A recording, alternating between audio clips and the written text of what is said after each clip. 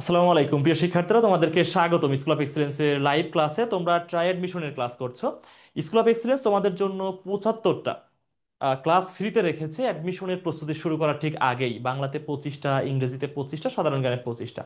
এই প্রত্যেকটা ক্লাসে আমরা টপিক ধরে ধরে দেখব যে এই সকল টপিক থেকে বিভিন্ন বিশ্ববিদ্যালয়ে কিভাবে কোশ্চেন হয়, এবং তোমরা যে অ্যাডমিশনের প্রস্তুতি শুরু করবে ঠিক কোন ধরনের লেখাপড়া তোমাদেরকে করতে হবে। এই 75টা ক্লাসে আশা করি যে তোমাদের এমন কোনো বিষয় থাকবে না যেসব বিষয় নিয়ে আলোচনা হবে না।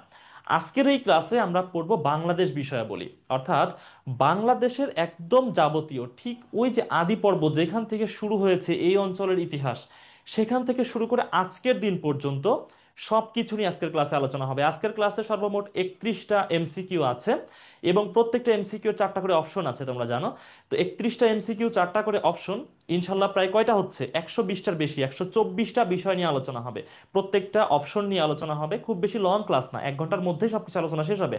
আশা করি সম্পূর্ণ ক্লাসে থাকবে। এবং বাংলাদেশ বিষয়াবলী প্রত্যেকটা বিষয়ের, আমি বলতেছি না যে সবকিছু পড়া হবে, প্রত্যেকটা বিষয়ের অন্তত যেসব গুরুত্বপূর্ণ বিষয়গুলো আছে সেগুলো নিয়ে আলোচনা হবে ইনশাল্লাহ। তো প্রথমে দেখো, আমাদের কোর্সের একটা আউটলাইন এখানে দেওয়া আছে। আউটলাইন না, ঠিক এটা হচ্ছে আমাদের কোর্সের একটা পোস্টার। ঢাকা বিশ্ববিদ্যালয় প্লাস অন্যান্য বিশ্ববিদ্যালয়ের যেখানে B unit excellent online course, এটা হচ্ছে ফার্স্ট টাইমার সেকেন্ড টাইমার জন্য আলাদা কোর্স আছে। এবং এখানে আমাদের মেন্টরদের ছবি দেওয়া আছে, বাংলা ইংরেজি সাধারণ জ্ঞানে যারা পড়াচ্ছেন। সবার পরিচয় আলাদাভাবে দিচ্ছি না, সবাইকে আশা করি তোমরা চিনো, এবং ক্লাসে বিভিন্ন সময় দেখা হয়, এবং আমাদের নিয়মিত কোর্সে যারা ভর্তি হবে তোমাদের সাথে অবশ্যই দেখা হবে। এবং আমাদের এবছর প্রথম ঢাকা বিশ্ববিদ্যালয় সহ অন্যান্য বিশ্ববিদ্যালয় সি ইউনিটের, অর্থাৎ বাণিজ্য বিভাগের জন্য কোর্স চালু হয়েছে। এবং এই কোর্সেও তোমাদের যারা বন্ধু আছে বাণিজ্য বিভাগ থেকে অ্যাডমিশনের প্রিপারেশন নিবে, তারা এখানে ভর্তি হতে পারে। তোমরা অবশ্যই তাদেরকে ইনফর্ম করতে পারো। এবং এই কোর্সের যারা মেন্টর আছেন তাদের ছবি এখানে দেওয়া আছে। এবং এই নিচে আমাদের এই যে আগের স্লাইড এবং এই স্লাইড নিচে আমাদের কোর্স ফিচার দেওয়া আছে। দেখো, আমাদের এখানে হচ্ছে বি ইউনিটের যে কোর্সটা আছে সেখানে 150-এর বেশি লাইভ ক্লাস, 200-র অধিক এক্সাম, জুমে ক্লাস, 24 ঘন্টা ডাউট সলভের যে সুবিধা সেটা, ওয়েব অ্যাপে সবকিছুর ব্যবস্থাপনা, 3টা প্রিন্টেড ডাইজেস্ট, রেকর্ড ক্লাসের সুবিধা, সকল ভার্সিটির জন্য পূর্ণাঙ্গ প্রস্তুতি, এবং আমাদের স্কুল অফ এক্সিলেন্সের একটা প্রিমিয়াম টি শার্ট যেটা আমি পরে আছি, এই টি শার্টটা তোমাদের অবশ্যই গিফট হিসেবেই থাকবে। আচ্ছা, এরপর আমাদের একটা খুবই বিশেষ ছাড় চলছে এই সময়, যে 1500 টাকা ছাড়ে তোমরা 25 আগস্ট পর্যন্ত ভর্তি হতে পারবে আমাদের কোর্সগুলোতে। আচ্ছা, তাহলে আমরা পড়ালেখাতে চলে আসি। আমাদের আজকের ক্লাসের টপিক হচ্ছে বাংলাদেশ বিষয়াবলী।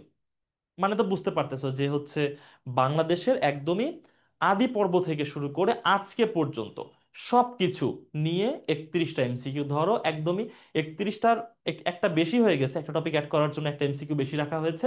ধরো 30টা, তুমি একটা হচ্ছে রাউন্ড ফিগার ধরে রাখো। ধরো তুমি ঢাকা ইউনিভার্সিটিতে পরীক্ষা দিবে বা অন্য কোনো ইউনিভার্সিটিতে, সাধারণত সাধারণ জ্ঞানে 30টা এমসিকিউ থাকে, কম বেশি, কোনো ইউনিভার্সিটিতে বেশি কোনোটাতে কম। আমি স্ট্যান্ডার্ড ধরে রেখেছি 30টা। তো ধরো এটাই তোমার ইউনিভার্সিটির কোশ্চেন পেপার, মানে এই 30টা এমসিকিউ আসছে শুধুমাত্র একটা বিষয় থেকে, বাংলাদেশ বিষয় বলে। আচ্ছা, তো ঠিক কেমন কোশ্চেন হয় সেটাই আমরা দেখব। আমাদের সাথে যারা ফেসবুকে যুক্ত আছে, আমি দেখার চেষ্টা করি, যারা জুমে যুক্ত আছো তোমরা চাইলেই কথা বলতে পারো, হ্যাঁ, তোমরা চাইলে অবশ্যই কথা বলতে পারো। এবং যারা ফেসবুকে যুক্ত আছো, আমি একটু ফেসবুকটা দেখার চেষ্টা করি। যারা ফেসবুকে যুক্ত আছো,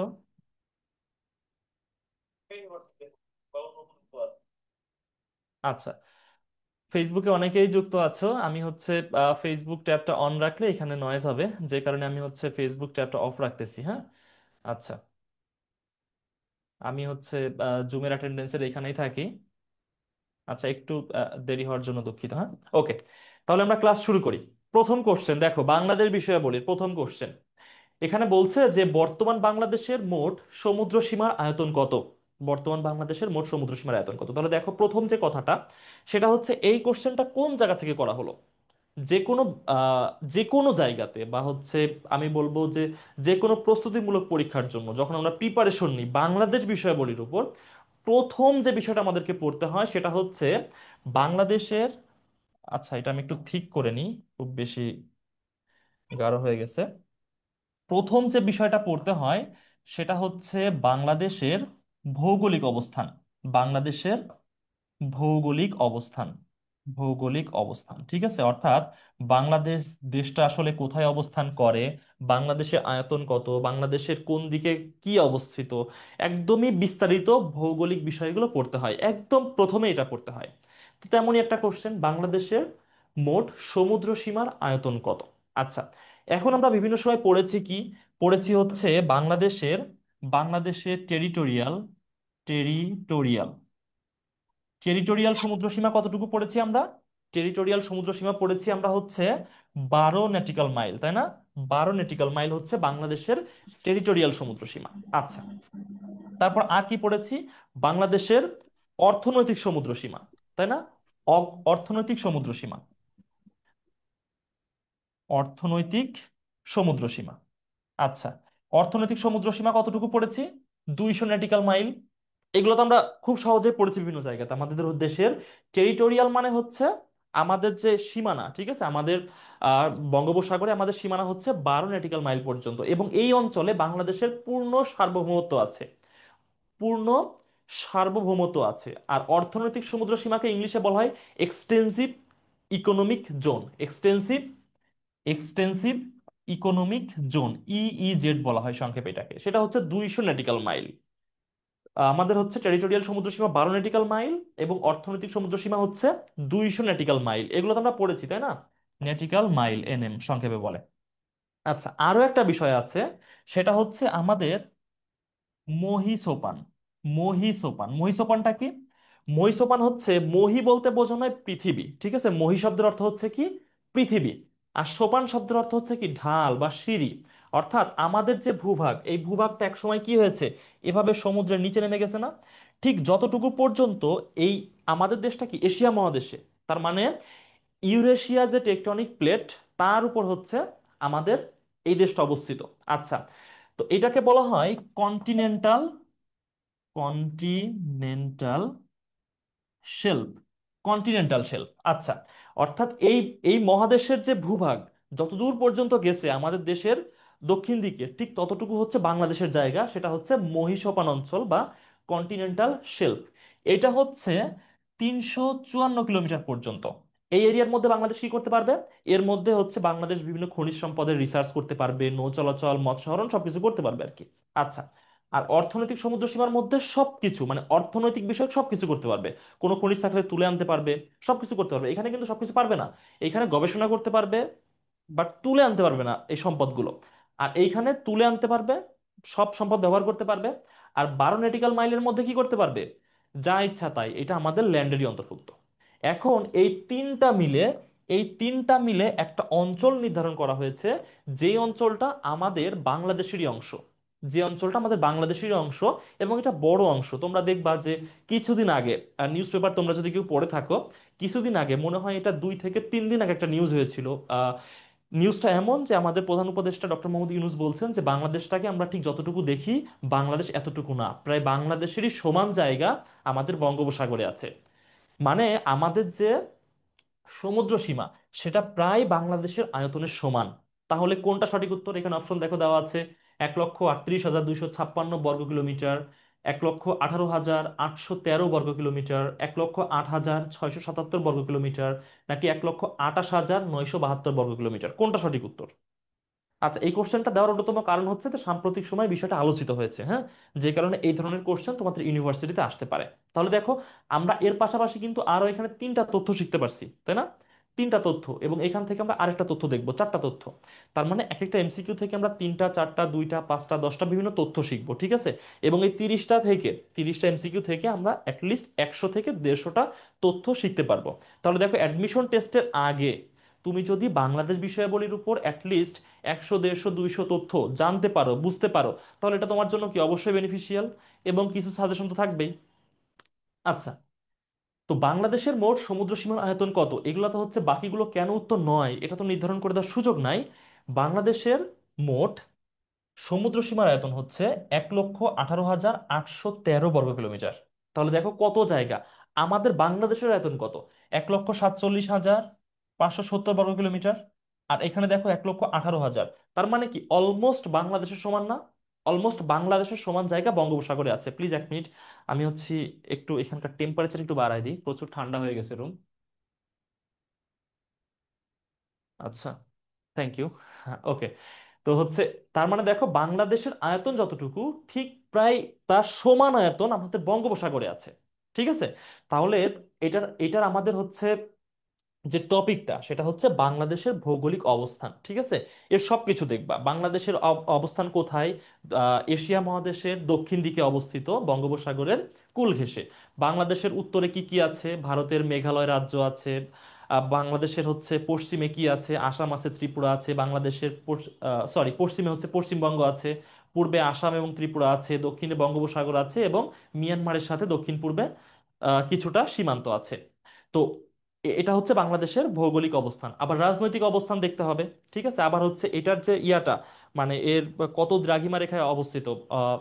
20 ডিগ্রি 24 মিনিট উত্তর অক্ষাংশ থেকে 26 ডিগ্রি 38 মিনিট উত্তর অক্ষাংশ, এবং 88 ডিগ্রি 01 মিনিট পূর্ব দ্রাঘিমা থেকে 92 ডিগ্রি 41 মিনিট পূর্ব দ্রাঘিমাতে বাংলাদেশের অবস্থান। আচ্ছা, বাংলাদেশের হচ্ছে এই যে জেলা, বাংলাদেশের হচ্ছে বিভাগ, বাংলাদেশের সিটি কর্পোরেশন, বাংলাদেশের যাবতীয় মানে ভৌগোলিক যা কিছু আছে সবকিছু তোমাকে পড়তে হবে। তাহলে বিষয়টা বুঝতে পারছো যে বাংলাদেশের ভৌগোলিক অবস্থান, এই বিষয়টা তোমাকে কিভাবে অ্যাডমিশনের সময় পড়তে হবে। এবং আমাদের এই ফ্রি ক্লাসগুলো, ট্রাই অ্যাডমিশনের যে ফ্রি কোর্স তোমাদের জন্য পূর্ণাঙ্গ কোর্স, দেখো 75টা ক্লাস, মানে কি একটা কোর্সের সমানিত। 25টা সাধারণ জ্ঞানের ক্লাস, 25টা বাংলা ক্লাস, 25টা ইংরেজি ক্লাস, একটা পূর্ণাঙ্গ কোর্স। এই কোর্সের উদ্দেশ্য হচ্ছে যে তোমাকে অ্যাডমিশন টেস্টের আগে এমন অবস্থানে নিয়ে যাওয়া যে তুমি একবার কোচিং করে আসছো। ঠিক আছে, মানে একবার লেখাপড়া করে আসছো, এই পর্যায়ে নিয়ে যাওয়া। আচ্ছা, এবার আসি পরের কোশ্চেনে। বাংলাদেশের বৃহত্তম পাহাড় কোনটি? পাহাড়ের কোনটি না, এটা হবে পাহাড় কোনটি। হ্যাঁ, স্পেলিং একটু ভুল আছে এখানে। বাংলাদেশের বৃহত্তম পাহাড় কোনটি? তাজিং ডং বিজয়, কেওক্রাডং গারো পাহাড়, নাকি চিম্বুক পাহাড়? তাজিং ডং এর পাশে বিজয় লেখা হয়েছে কারণ হচ্ছে বিজয় হচ্ছে তাজিং ডং এর বর্তমান নাম। এটা হচ্ছে বর্তমান নাম। তাজিং ডং এর নাম পরিবর্তন করে কি নাম রাখা হয়েছে?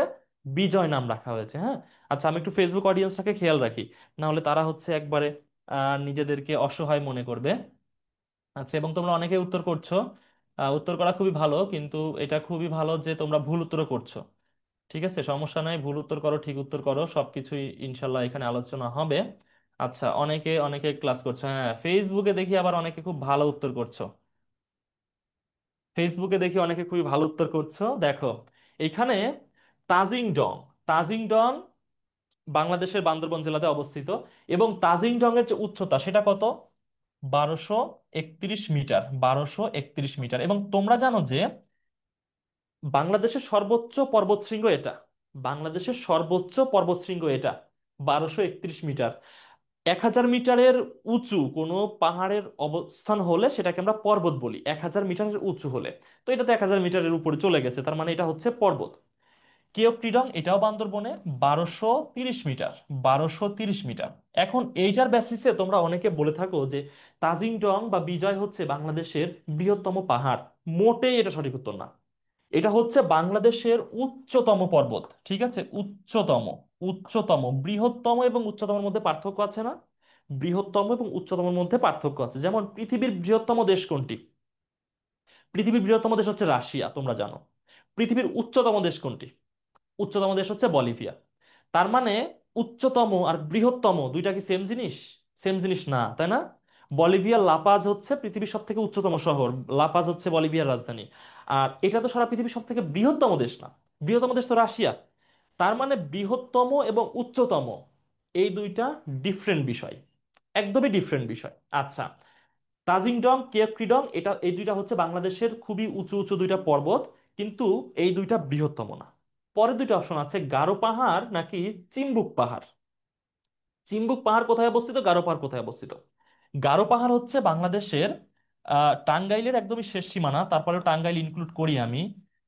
টাঙ্গাইল, ময়মনসিংহ, ময়মনসিংহ, ময়মনসিংহ, শেরপুর, জামালপুর এবং এমনকি ভারতেরও কিছু অংশ মিলায় হচ্ছে গারো পাহাড় অবস্থিত। ঠিক আছে, এবং চিম্বুক পাহাড়ের অবস্থান হচ্ছে আমাদের বান্দরবন জেলাতে। এই চিম্বুক পাহাড়ের আরেক নাম হচ্ছে কালা পাহাড়। কালা পাহাড় বা কালো পাহাড়। ঠিক আছে, চিম্বুক পাহাড়ের আরেক নাম। আচ্ছা, এই চিম্বুক পাহাড় হচ্ছে বান্দরবন জেলাতে অবস্থিত। বান্দরবান জেলাতে অবস্থিত। এবং এই চিম্বুক পাহাড় খুবই বিখ্যাত তার সৌন্দর্যের জন্য, প্রাকৃতিক সৌন্দর্যের জন্য চিম্বুক পাহাড় খুবই বিখ্যাত।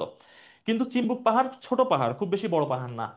এবং এই গারো পাহাড় হিউজ, গারো পাহাড় হিউজ একটা পাহাড়, মানে এটা উঁচু না খুব বেশি, কিন্তু এর যে বিস্তৃতি এটা অনেক বেশি। এটা বাংলাদেশের টাঙ্গাইল, ময়মনসিংহ এবং ভারতেরও কিছু জায়গা মিলে এটা অবস্থান করে। তার মানে কি হচ্ছে, গারো পাহাড় হচ্ছে বৃহত্তম পাহাড়। তাহলে দেখো, খুবই কনফিউজিং একটা বিষয়, তাই না? খুবই কনফিউজিং একটা বিষয়। আমরা জানি যে হচ্ছে তাজিং ডং সব থেকে বড় না, এটা হচ্ছে সব থেকে উঁচু, উচ্চতম। আর গারো পাহাড় হচ্ছে বৃহত্তম। তাহলে উচ্চতম আর বৃহত্তম, উচ্চতম আর বৃহত্তম এর মধ্যে আমরা পার্থক্য বুঝতে পেরেছি না এখন? ঠিক আছে, এখন যদি এই কোশ্চেন আসে পরীক্ষাতে যে পৃথিবীর উচ্চতম দেশের নাম কি আন্তর্জাতিক বিষয় থেকে, তাহলে তো আমরা রাশিয়া উত্তর করব না, আমরা করব হচ্ছে বলিভিয়া। বা পৃথিবীর উচ্চতম শহরের নাম কি, উচ্চতম শহর হচ্ছে লাপাজ। আবার বৃহত্তম শহর কোনটি, বৃহত্তম শহর হচ্ছে লন্ডন। তার মানে উচ্চতম বৃহত্তমের মধ্যে পার্থক্য আমাদের বুঝতে হবে। জাতীয় বিষয়াবলী থেকে এমন উচ্চতম, বৃহত্তম, ক্ষুদ্রতম, দীর্ঘতম এমন কোশ্চেন আসে। ঠিক আছে? তো এই এই এমন কোশ্চেনের জন্য একটু সাবধান থাকতে হবে আমাদেরকে, এবং মোটেই ভুল করলে চলবে না। পরের কোশ্চেনে আমরা আসি। আচ্ছা, এই এই টপিক, এই কোশ্চেনটা কোন টপিকের, এটা হচ্ছে বাংলাদেশের পাহাড় পর্বত, নদ নদী, খাল বিল, দ্বীপ প্রণালী যা কিছু আছে বাংলাদেশের, যা কিছু আছে বাংলাদেশের প্রাকৃতিক প্রাকৃতিক নিয়ামক যা কিছু আছে, হ্যাঁ, বাংলাদেশের, বাংলাদেশের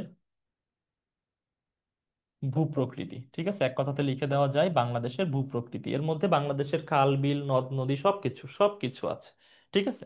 আচ্ছা, 3 নম্বর কোশ্চেন, বাংলাদেশের চাঁপাই নবাবগঞ্জ ও ভারতের মুর্শিদাবাদ প্রাচীন কোন জনপদের অংশ ছিল? বাংলাদেশের চাঁপাই নবাবগঞ্জ এবং ভারতের মুর্শিদাবাদ প্রাচীন কোন জনপদের অংশ ছিল? বঙ্গ, সমতট, তাম্রলিপ্ত, নাকি গৌড়? কোনটা সঠিক উত্তর? আচ্ছা দেখো, এটা একটু আলোচনা করে দিই। এমন ভাবে আলোচনা করে দিব যাতে করে হচ্ছে তোমার আহ অন্যগুলো উত্তর করার সময় সমস্যা না হয়। আমি যদি বাংলাদেশের খুব বাজেভাবে একটা ম্যাপ অঙ্কন করি, আমি জানি আমি ম্যাপ আঁকতে পারবো না, তারপরেও চেষ্টা করলে তো আর কোনো অপরাধ হবে না। আচ্ছা, খুব বাজেভাবে যেমনে হয়েছে একটা ম্যাপ আঁকছি, যদিও ম্যাপ না কি কি হয়েছে আল্লাহ জানে। আচ্ছা ঠিক আছে, হলো। এটা হচ্ছে বাংলাদেশের ম্যাপ আমি ধরলাম। এখন কোন অঞ্চলটা কোন প্রাচীন জনপদের অংশ ছিল আমি একটু তোমাদেরকে দেখিয়ে দিই। দেখো, অন্য কালার ইউজ করি। প্রথমে হচ্ছে বঙ্গ। ঠিক আছে, বঙ্গটা ছিল হচ্ছে, তুমি এই দিক থেকে ধরবা, ঠিক ময়মনসিংহ অঞ্চল থেকে নিয়ে ঠিক এই পর্যন্ত। ঠিক আছে, ঠিক এই পর্যন্ত, এটা হচ্ছে বঙ্গ। ঠিক আছে, এর মধ্যে যে জায়গাটা আছে, এইটা এর মধ্যে যে জায়গাটা আছে এটা হচ্ছে বঙ্গ। আচ্ছা, আমি ভিতরে এমন হচ্ছে জিগজ্যাগ না দিই, আমি হচ্ছে এখানে নাম লিখে দিই যে কোন কোন অঞ্চলগুলো কাভার করছে, হ্যাঁ, তাহলে তোমাদের বুঝতে আরো সুবিধা হবে। আচ্ছা, ক্লাসটা তোমরা খুবই মনোযোগ দিয়ে করবা, এটা আমার রিকোয়েস্ট তোমাদের প্রতি, হ্যাঁ, একদমই রিকোয়েস্ট, কারণ এই ক্লাসটা খুবই ইফেক্টিভ হবে, খুবই ইফেক্টিভ হবে, খুবই ইফেক্টিভ ইনশাল্লাহ। আচ্ছা দেখো, এই জায়গাটা কোন জায়গা বলো তো, মানচিত্রের এই জায়গাটা কোন জায়গা? এই জায়গাটা বাংলাদেশের গ্রেটার ময়মনসিংহ না? যদি আরেকটু লার্জ করতে হবে জায়গাটা, বুঝছো, মানে আরো শুধু ময়মনসিংহ না, আরো অনেকটা জায়গা কভার করে এটা। এটা ঠিক এই পর্যন্ত দিতে হবে, আর এটা ঠিক হচ্ছে এই পর্যন্ত দিতে হবে। ঠিক এতটুকু দিলে ঠিক আছে এবার। হুম। বা হচ্ছে এটা এই পর্যন্ত দিয়ে দিতে পারো, ঠিক এতটুকু দিলে এবার ঠিক আছে, কারণ এই জায়গাটাতে অনেক জায়গা কভার করেছে বঙ্গ। আচ্ছা, তাহলে এটা কোন কোন রিজিয়ন কভার করতেছে দেখো। এইদিকে যে গ্রেটার ময়মনসিংহ অঞ্চল, গ্রেটার ময়মনসিংহ অঞ্চল সেটা কভার করতেছে। এইখানে কি ঢাকা অঞ্চল না? ঢাকা অঞ্চল কভার করতেছে। এইখানে এই যে যশোর অঞ্চল কভার করতেছে। এইখানে কি করতেছে, খুলনা অঞ্চল কভার করতেছে। তাহলে বাংলাদেশের ময়মনসিংহ, ঢাকা, যশোর, খুলনা, এই যে অঞ্চলটা, এটা ছিল প্রাচীন বঙ্গ জনপদের অংশ। আর কখনো ভুল হবে যদি বঙ্গ থেকে কোশ্চেন করে? হবে না। আমাদের যাচ্ছে এখানে কি চাঁপাই নবাবগঞ্জ, তাহলে আমাদের তো এখানে চাঁপাই নবাবগঞ্জ আসেনি, তাই না? এখানে তো চাঁপাই নবাবগঞ্জ আসেনি, তাহলে বঙ্গ সঠিক উত্তর না। এবার আসে কি সমতট। সমতট কোন জায়গাটা ছিল? সমতট ছিল হচ্ছে আমাদের এই যে এইখান থেকে এই জায়গাটা, কুমিল্লা এবং নোয়াখালী, কুমিল্লা এবং নোয়াখালী, এই যে এই জায়গাটা, এটা হচ্ছে সমতট। এখানে কি কি ছিল, এই যে এই জায়গাটাতে ছিল হচ্ছে কুমিল্লা, কুমিল্লা, এবং এটা হচ্ছে কি নোয়াখালী। ঠিক আছে, এই জায়গাটা হচ্ছে নোয়াখালী। এটা হচ্ছে কি সমতট। আমি এখানে কালার দিয়ে দিচ্ছি আর এখানে নাম লিখে দিচ্ছি, তাহলে তোমরা বুঝতে পারবা। দুইটা চলে যাচ্ছে দেখো, বাংলাদেশ অনেকটা শেষ হয়ে গেছে। এবার আসে কি তাম্রলিপ্ত। তাম্রলিপ্ত, তাম্রলিপ্তটা কোথায় ছিল? তাম্রলিপ্ত হচ্ছে আমাদের এই বঙ্গোপসাগর অঞ্চল। বঙ্গোপসাগর অঞ্চল, ঠিক আছে, বঙ্গোপসাগর। এটা হচ্ছে তাম্রলিপ্ত জনপদের অংশ। আচ্ছা, এইবার আসে কি গৌড়। আরেকটা কালার নিয়ে আমি, বুঝে ফেলছো যে উত্তর এটা হবে, তাই না? আমাদের আর কোনো সুযোগ নাই অন্য কোনো উত্তর নেওয়ার। আচ্ছা, গৌড়টা কোথায় ছিল? গৌড় হচ্ছে এই যে এই জায়গাটা, এই জায়গাটা বুঝছো? এইটা হচ্ছে গৌড়। এইখানে কি আছে? এইখানে আছে চাঁপাই নবাবগঞ্জ। বানানটা একটু ভুল হচ্ছে, আমি বানানটা ঠিক করে দিই। এইখানে আছে হচ্ছে চাপাই নবাবগঞ্জ, হ্যাঁ। আর এই চাপাই নবাবগঞ্জের ঠিক অপোজিটে ভারতের যে জায়গাটা সেটা হচ্ছে মুর্শিদাবাদ। ঠিক আছে, চাপাই নবাবগঞ্জের অপোজিটে ভারতের জায়গার নাম হচ্ছে কি? মুর্শিদাবাদ, হ্যাঁ। আচ্ছা, এই যে সিলেট অঞ্চলটা বাদ গেল না, এই সিলেট অঞ্চলটা কোন জনপদের অংশ ছিল, কেউ বলতে পারবা? সিলেট অঞ্চলটা কোন জনপদের অংশ ছিল? সিলেট ছিল হচ্ছে হরিকেল। সিলেট হচ্ছে ছিল কি? হরিকেল, ঠিক আছে, এটা ছিল হচ্ছে হরিকেল।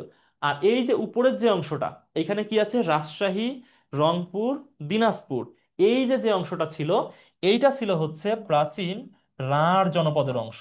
প্রাচীন রাঢ় জনপদের অংশ। এই সবুজ কালার দেখা যায়? সবুজ কালার যদি না দেখা যায়, এটারে যেভাবে দেখা যায় সেই ব্যবস্থা করতে হবে। কি ব্যবস্থা করা যায় এখান থেকে? কালার তো সব ব্যবহার করে ফেলছি। আমি কি করতে পারি এখন? সাদা দিলে দেখা যাবে? সাদা ব্যবহার করা হয় না, আচ্ছা সাদা দিই। এটা হচ্ছে রাঢ় জনপদ, আর এটা হচ্ছে হরিকেল জনপদ। ঠিক আছে, জায়গা তো চিনতে পারতেছো, এটা তো সিলেট, তোমরা বুঝতেই পারতেছো। আর এটা যে রাজশাহী, রংপুর, দিনাজপুর, এটা বুঝতে পারতেছো। তাহলে দেখো বাংলাদেশের যে যেই জনপদগুলো থেকে, যেই জনপদগুলো থেকে কোশ্চেন আসতে পারে, সবগুলোই কিন্তু কাভার হয়ে গেছে। ঠিক আছে। আচ্ছা, এইগুলো থেকেই পরীক্ষাতে কোশ্চেন আসবে, বুঝছো? ও সরি সরি, পুন্ড। আমি এটা ভুল লিখেছি, এটা রান না, এটা পুন্ড। সরি, এটা হচ্ছে ঠিক করে দেওয়ার জন্য অসংখ্য ধন্যবাদ তোমাকে। এটা হচ্ছে পুন্ড জনপদ। রাজশাহী অঞ্চল হচ্ছে পুন্ড জনপদের অংশ। ঠিক আছে, এইগুলা থেকে সাধারণত কোশ্চেন হয় ইউনিভার্সিটিতে। ঠিক আছে, এই চারটা তোমরা বুঝতে পেরেছো, এবং এর বাইরে হচ্ছে পুন্ড, হরিকেল, এগুলা বুঝতে পেরেছো। তাহলে দেখো প্রাচীন জনপদ, যখন আমরা অ্যাডমিশনের মেইন ক্লাসগুলো করব তখন মানচিত্র ধরে ধরে ক্লাসগুলো করব, যে মানচিত্র দেখিয়ে দেখিয়ে নির্দিষ্ট জায়গায় একদম স্পেসিফিক করে দিয়ে দিয়ে আমরা এই বিষয়গুলো দেখব। তাহলে দেখো যে কোন জনপদ কোন জায়গাটাতে ছিল প্রাচীনকালে, সবগুলো আশা করি আমরা এখান থেকে সলভ করতে পেরেছি। ফাইন। আচ্ছা, তাহলে এটা সঠিক উত্তর কোনটা হচ্ছে? চাঁপাই নবাবগঞ্জ কোথায় ছিল? চাঁপাই নবাবগঞ্জ ছিল হচ্ছে ঠিক এই জায়গাতে, যেটা হচ্ছে গৌড়, তাই না?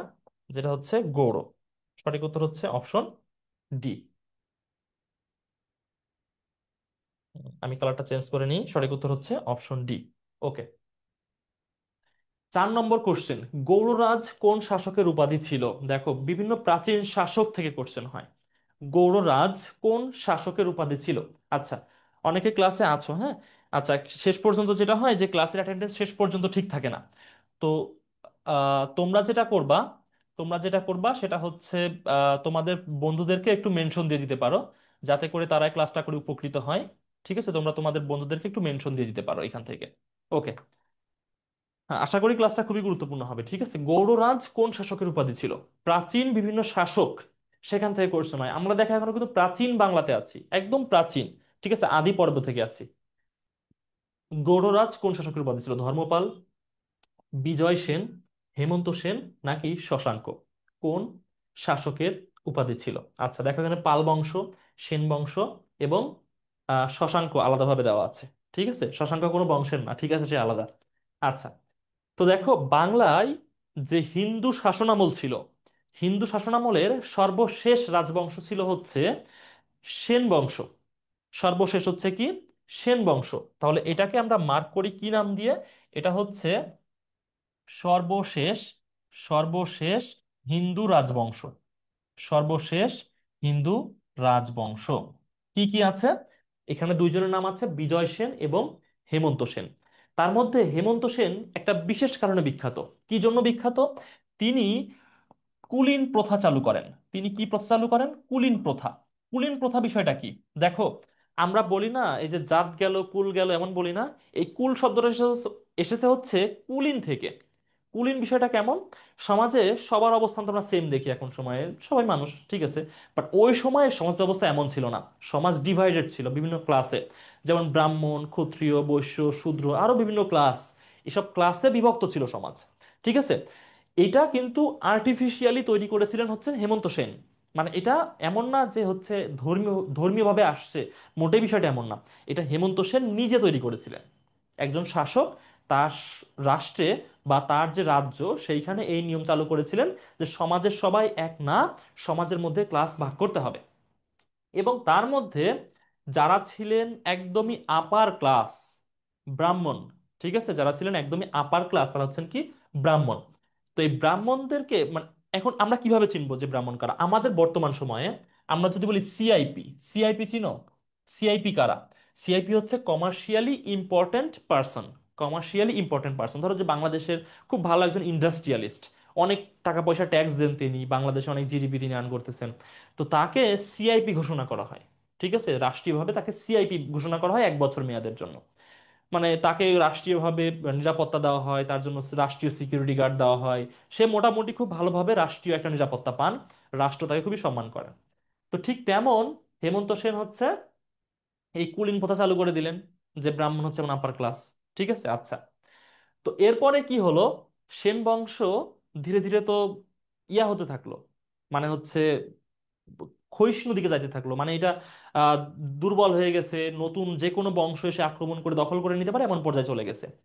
তো সেন বংশের সর্বশেষ শাসককে লক্ষণ সেন।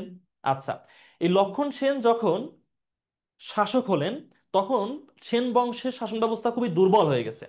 তখন লক্ষণ সেন দেখলেন এই সিআইপি আমি চেঞ্জ করব না, মানে এটা তো এই কুলিন তো আর পার্মানেন্টলি কাউকে দেওয়া হয় নাই।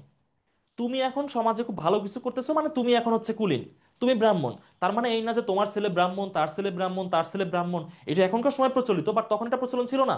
ধরো যে তুমি হচ্ছে একজন টিচার, তুমি হচ্ছে একজন টিচার, ওই সময় যাদেরকে বলা হতো পণ্ডিত, তুমি ব্রাহ্মণ। এখন তুমি ধরো যে 5 বছর পরে আর টিচার নাই, তার মানে তুমি ব্রাহ্মণ নাই। মানে বিষয়টা কিন্তু এমন ছিল, ঠিক আছে। আবার তোমার ছেলে টিচার হইতে পারলে তারপর ব্রাহ্মণ, না হইতে পারলে তো সে ব্রাহ্মণ না। সে যদি সেনাবাহিনীতে চলে যায় তাহলে সে ক্ষত্রিয়। মানে পেশাভিত্তিক, পেশাভিত্তিক একটা ক্লাসিফিকেশন করা ছিল। এখন লক্ষণ সেন যখন রাজা হলেন, মানে সর্বশেষ রাজা হচ্ছেন কে? লক্ষণ সেন। লক্ষণ সেন যখন রাজা হলেন তখন দেখলেন যে রাজ্য দুর্বল হয়ে গেছে। এখন আমি যদি এই কুলিন চেঞ্জ করতে চাই, ধরো যে একজনকে ব্রাহ্মণ করে দেওয়া হয়েছে, তাকে এখন হচ্ছে শূদ্র ঘোষণা করে দেওয়া হলো, তো তাহলে কি সে বিদ্রোহ করতে পারে না? কি আমি এত ইয়া ছিলাম, প্রিভিলেজ ছিলাম, আমাকে কেন এখন নিচের দিকে ঠেলে দেওয়া হলো? একটা কি হতে পারে, মানে সমাজে বিশৃঙ্খলা হতে পারে, রাজ্যে বিশৃঙ্খলা হতে পারে। এর জন্য এই যে সেন বংশের সর্বশেষ শাসক লক্ষণ সেন, ইনি কি সর্বশেষ শাসক, সর্বশেষ শাসক হচ্ছেন কে? লক্ষণ সেন। লক্ষণ সেন এটা চেঞ্জ করেননি, যেভাবে চলতেছে ভাই চলুক, কোনো ঝামেলা করতে চাচ্ছি না, যেই কয়দিন শাসন করা যায় এভাবেই চলুক। এরপরে তিনি আর কুলীন প্রথা চেঞ্জ করলেন না, মানে এই কুলীন মানে অল্টারনেট করলেন না, যে যেভাবে আছে চলতে থাকলো। তার ছেলে, তার ছেলে, তার ছেলে, তার ছেলে, এভাবে বংশ পরম্পরায় যারা ব্রাহ্মণ তারা ব্রাহ্মণ থেকে গেল, যারা ক্ষত্রিয় তারা ক্ষত্রিয় থেকে গেল, যারা বৈশ্য তারা বৈশ্য থেকে গেল, যারা শূদ্র তারা শূদ্র থেকে গেল। 100 বছর, 200 বছর, 300 বছর ধরে এভাবে চলতেছে। আচ্ছা, গেল।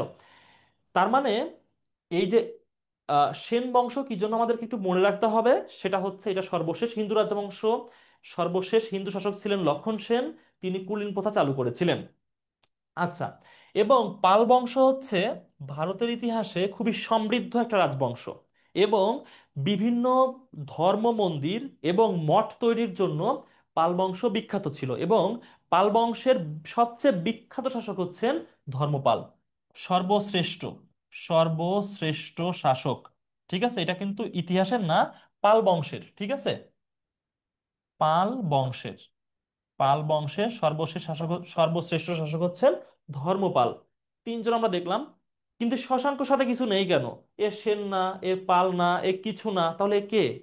শশাঙ্ক হচ্ছে ভারতের ইতিহাসের প্রথম স্বাধীন রাজা। সে কোনো বংশ পরম্পরায় রাজ্য শাসন করেনি। সে এমন ছিল না যে আমি অমুক রাজার প্রতিনিধি, এমন কিছু না, সে সম্পূর্ণ স্বাধীন ছিল। কারো ধার ধারতো না, এমন একটা কথা আছে না যে কারো ধার ধারি না, এমন। মানে সে কোনো রাজার ইনহেরিট করা সম্পদ নিয়ে হচ্ছে শাসন করা শুরু করেনি। সে হচ্ছে বাংলার যে গৌড় অঞ্চল, মানে মুর্শিদাবাদ, বাংলাদেশের চাঁপাইনবাবগঞ্জ, এই যে অঞ্চলটা, এই অঞ্চলের শাসক ছিলেন হচ্ছেন শশাঙ্ক। এবং তিনি সম্পূর্ণ স্বাধীন ছিলেন। তিনি কোনো রাজার নিয়ন্ত্রণে ছিলেন না, কোনো রাজবংশের নিয়ন্ত্রণে ছিলেন না, যেই কারণে তার সাথে কোনো রাজবংশের উপাধি নাই। দেখছো, শশাঙ্ক শেষ। ঠিক আছে। তো তিনি ছিলেন গৌড় অঞ্চলের শাসক, প্রথম স্বাধীন রাজা ভারতীয় উপমহাদেশের ইতিহাসে, যে কারণে তাকে কি বলা হয়, গৌড় রাজ বলা হয়। তাহলে সঠিক উত্তর কোনটা? সঠিক উত্তর হচ্ছে শশাঙ্ক। তাহলে দেখো, প্রাচীন যে রাজবংশগুলো আছে, হিন্দু রাজবংশ যেগুলো ছিল, তার একটা মোটামুটি দেখতে পারলাম না, মানে একটা খুব সুন্দর আলোচনা দেখতে পারলাম না। আশা করি বিষয়গুলো তোমাদের খুব বেশি ইফেক্টিভ হবে। হ্যাঁ, যারা ফেসবুকে যুক্ত আছো, তোমরা হচ্ছে তোমাদের ফ্রেন্ডদেরকে মেনশন দাও যাতে ক্লাসটা করতে পারে। হ্যাঁ, তোমাদেরকে বলি যে অ্যাডমিশনের আগে এর থেকে ভালো সুযোগ তোমরা পাবে না, এর থেকে ভালো সুযোগ কোনো অবস্থাতেই পাবে না। এত সুন্দর একটা প্রিপারেশন তৈরি করার জন্য জাস্ট ভাবো, তোমাকে বেশি কিছু চিন্তা করতে হবে না, একটা ক্লাসে সবকিছু মনেও রাখতে হবে না, তুমি তো ভুলে যাবা কিছু বিষয় স্বাভাবিক। তুমি একটা ক্লাসে জাস্ট 20টা জিনিস মনে রাখো, জাস্ট 20টা জিনিস, 75টা ক্লাস হবে। জাস্ট কল্পনা করো, 75টা ক্লাস হবে, কয়টা জিনিস শিখবা? 75 গুণ 20 দাও, কয়টা হচ্ছে? 150, শূন্য, 1500টা বিষয় তুমি শিখতে পারবা। অ্যাটলিস্ট 1500টা বিষয়। জাস্ট ইমাজিন করো একবার, তুমি অ্যাডমিশনের প্রিপারেশন শুরু হওয়ার আগে 1500টা বিষয় মাথার মধ্যে আগে নিতে পারতেছো অ্যাটলিস্ট। এর বেশি যে যত মনে রাখতে পারে, তাহলে কি বিষয়টা, মানে এই সুযোগটা গ্রহণ করার মতো একটা সুযোগ, বাট তোমরা কতটুকু গ্রহণ করবা তোমাদের উপর ডিপেন্ডেন্ট। আচ্ছা, তাহলে এটা হচ্ছে প্রাচীন বাংলার ইতিহাস।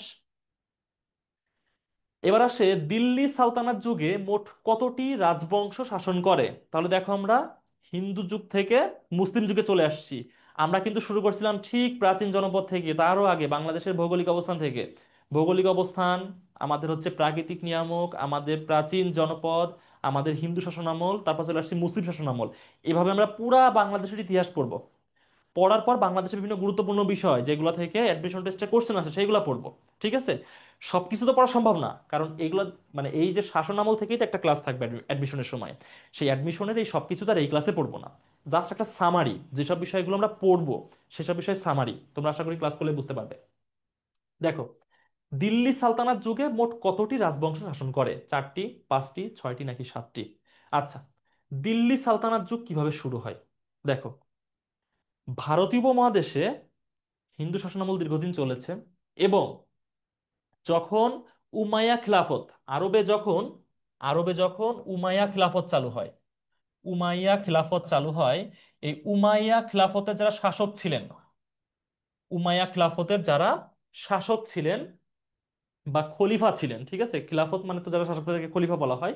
উমাইয়া খলিফা যারা ছিলেন, তারা ছিলেন খুবই সাম্রাজ্যবাদী, মানে বিভিন্ন অঞ্চল দখল করে, সেসব অঞ্চল দখল করে তাদের রাজ্যভুক্ত করতে চাইতেন, সেখানে ইসলাম প্রচার করতে চাইতেন, এগুলা করতেন। এটা হচ্ছে উমাইয়া খিলাফতের অন্যতম একটা বৈশিষ্ট্য ছিল। আচ্ছা, তো এই উমাইয়া খিলাফতের বিখ্যাত একজন খলিফা হরজ দ্বিতীয় ওমর বলা হয়, দ্বিতীয় ওমর, ঠিক আছে, উমর বিন আব্দুল আজিজ, ঠিক আছে, ওনার পুরো নাম হচ্ছে উমর বিন আব্দুল আজিজ।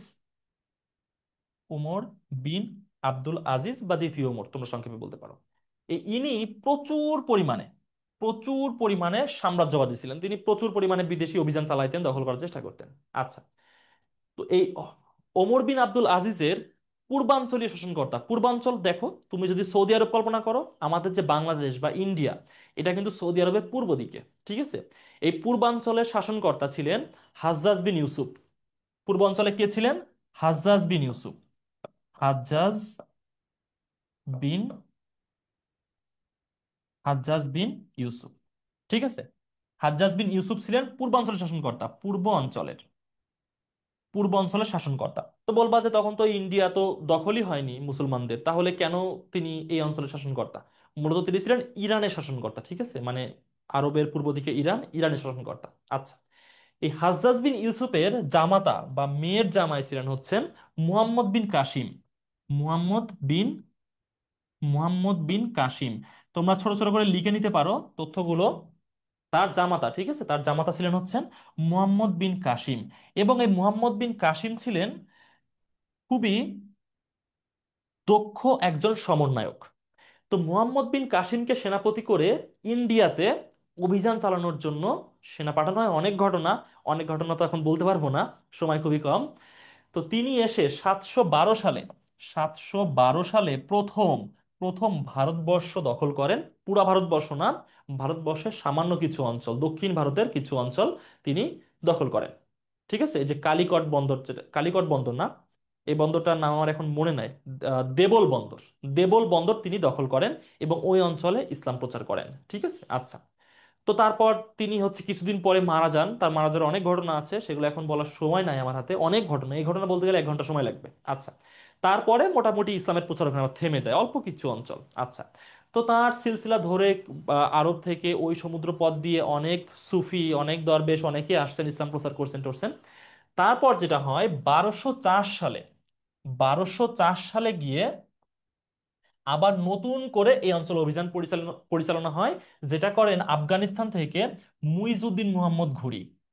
মুইজউদ্দিন মুইজউদ্দিন মুহাম্মদ ঘুরি। মুইজউদ্দিন মুহাম্মদ ঘুরি, ঠিক আছে। তিনি ছিলেন আফগানিস্তানের ঘুর সাম্রাজ্যের শাসক। আফগানিস্তানের ঘুর সাম্রাজ্যের শাসক। এবং মুইজউদ্দিন মোহাম্মদ ঘুরি এখানে দখল করেছিলেন স্থায়ীভাবে শাসন করার জন্য।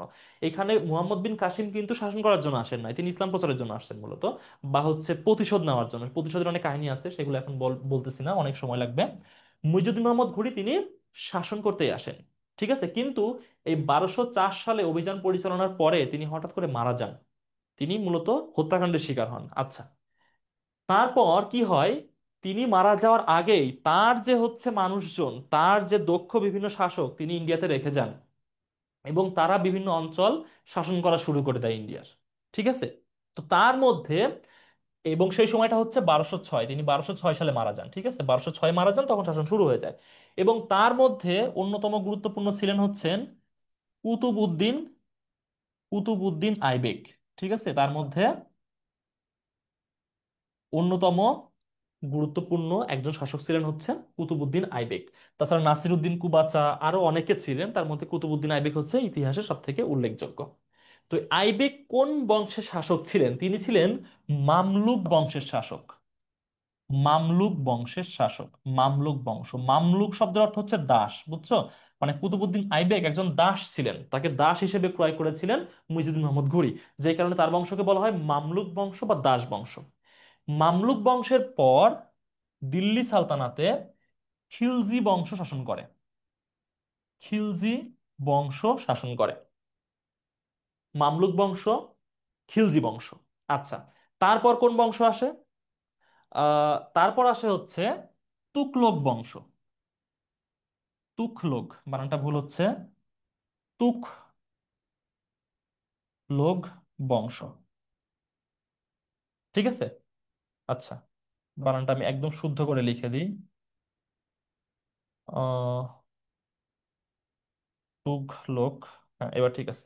তুঘলক বংশ, ঠিক আছে। মামলুক বংশ, খিলজি বংশ, তুগলক বংশ।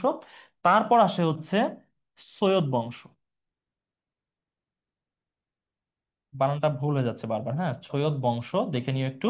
এবং সর্বশেষ যে বংশ শাসন করে সেটা হচ্ছে লোদি বংশ। লোদি বংশ। এবং এই লোদি বংশের সর্বশেষ শাসক ছিলেন হচ্ছে ইব্রাহিম লোদি। আমি একটু কালারটা চেঞ্জ করি, হ্যাঁ, কালারটা লিখলে তোমরা বুঝতে পারবে না পরে।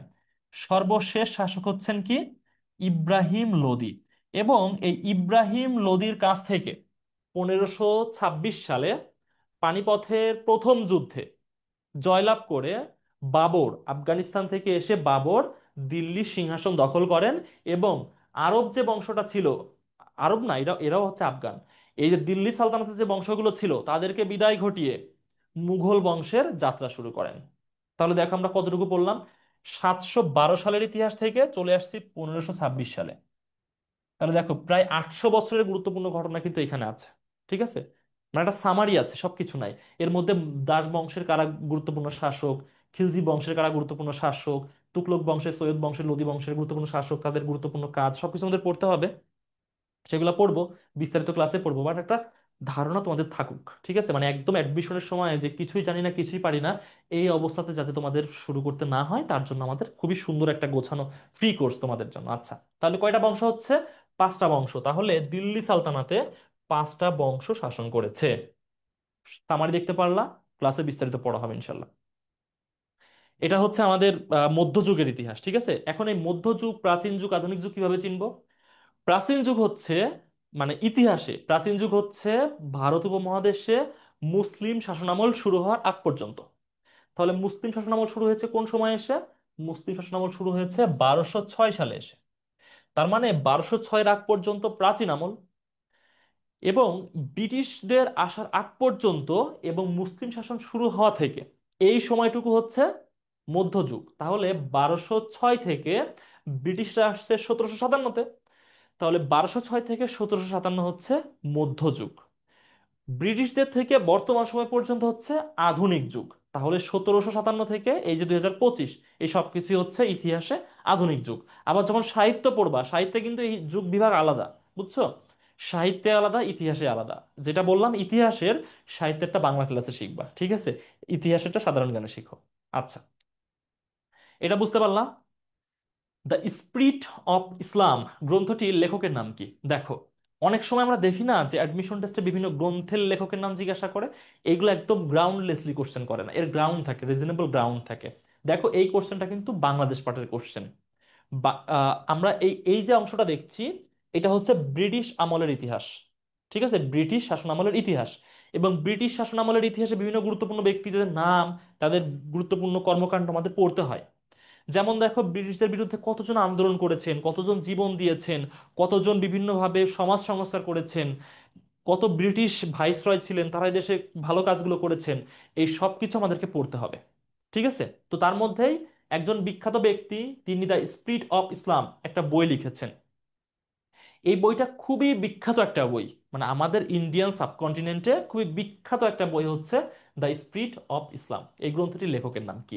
অপশন দেখো: নবাব আব্দুল লতিফ, সৈয়দ আমির আলী, স্যার সৈয়দ আহমেদ খান, নবাব স্যার সলিমুল্লাহ। কে লিখেছেন বইটা? আচ্ছা, এখানে প্রথম যে অপশনটা আছে, প্রথম অপশনে বলছে নবাব আব্দুল লতিফ। নবাব আব্দুল লতিফ যে জন্য বিখ্যাত সেটা হচ্ছে তিনি মোহামেডান মোহামেডান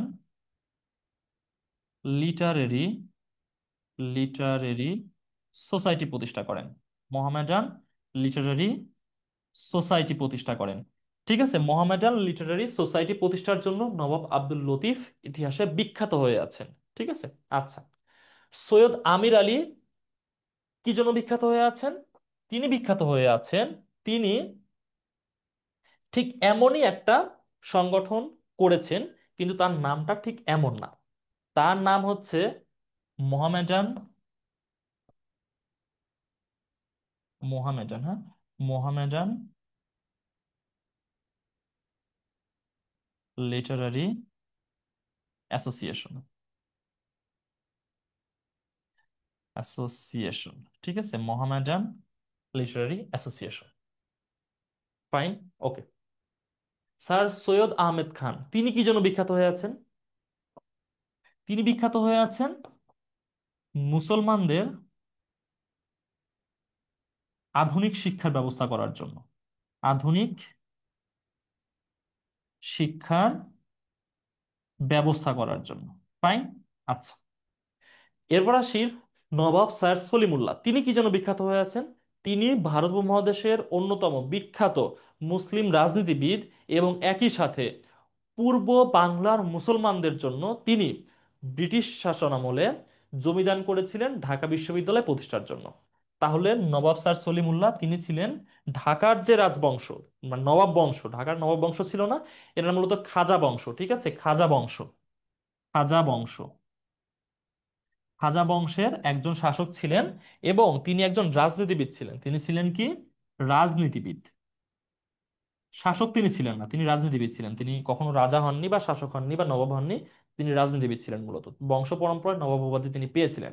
আচ্ছা, খাজা বংশ, রাজনীতিবিদ, এবং তিনি ঢাকা বিশ্ববিদ্যালয়ের কি করেছিলেন? জমিদাতা। তিনি জমি দান করেছিলেন, অনেকটা জমি তিনি দান করেছিলেন। আচ্ছা, এটা হচ্ছে চারজন বিখ্যাত ব্যক্তি। তাহলে দ্য স্পিরিট অফ ইসলাম কার লেখা? এটা তো উত্তর পেলাম না। দ্য স্পিরিট অফ ইসলাম এই বইটার লেখক হচ্ছেন সৈয়দ আমির আলী। ঠিক আছে, সৈয়দ আমির আলী হচ্ছেন দ্য স্পিরিট অফ ইসলাম এই গ্রন্থটির লেখক। তাহলে দেখো, আমরা উত্তর পেলাম, সাথে দেখো অ্যাটলিস্ট আরো তিনটা চারটা বিষয় শিখতে পারলাম। ঠিক আছে, তাহলে ব্রিটিশ আমলে বিভিন্ন গুরুত্বপূর্ণ ব্যক্তি, তাদের ইতিহাস আমাদেরকে পড়তে হবে। ঠিক আছে। সিপাহী বিদ্রোহের জন্য নিচের কোন ব্যক্তিকে ফাঁসিতে ঝুলিয়ে মৃত্যুদণ্ড দেওয়া হয়? তাহলে দেখো, ব্রিটিশ আমল চলতেছে, তাই না? সিপাহী বিদ্রোহের জন্য নিচের কোন ব্যক্তিকে ফাঁসিতে ঝুলিয়ে মৃত্যুদণ্ড দেওয়া হয়? মাস্টারদা সূর্য সেন, ক্ষুদিরাম বসু, প্রীতিলতা ওয়াদ্দেদার, নাকি মঙ্গল পাণ্ডে? কাকে? আচ্ছা, দেখো, মাস্টারদা সূর্য সেন তিনি কোথায় আন্দোলন করেছিলেন? তার যে হচ্ছে আন্দোলন, সেটা হচ্ছে কি চট্টগ্রামের অস্ত্রাগার লুট করার জন্য তাকে কি করা হয়? মৃত্যুদণ্ড দেওয়া হয়। মানে ব্রিটিশদের যে হচ্ছে অস্ত্রাগার ছিল, সেখান থেকে অস্ত্র লুট করার জন্য তাকে, কত সালে সেটা, খুব সম্ভবত হচ্ছে 1930 সালের দিকে, 1930 সালের দিকে তাকে ফাঁসি দেওয়া হয়। ক্ষুদিরাম বসু, ক্ষুদিরাম বসু ছিলেন একজন খুবই বিপ্লবী তরুণ, এবং তিনি রাজা, ম্যাজিস্ট্রেট, একজন ম্যাজিস্ট্রেটকে, তার নাম হচ্ছে চেমসফোর্ড, ব্রিটিশ ম্যাজিস্ট্রেট চেমসফোর্ডকে হত্যা করতে চেয়েছিলেন। চেমসফোর্ড হত্যা করার জন্য তিনি হচ্ছেন ওই যে আহ, কলের বোমা যেটাকে বলে, ঠিক আছে, দেশি কলের বোমা। কল মানে হচ্ছে যন্ত্র, ঠিক আছে, মানে দেশীয় যন্ত্র ব্যবহার করে বোমা তৈরি করা হতো ওই সময়।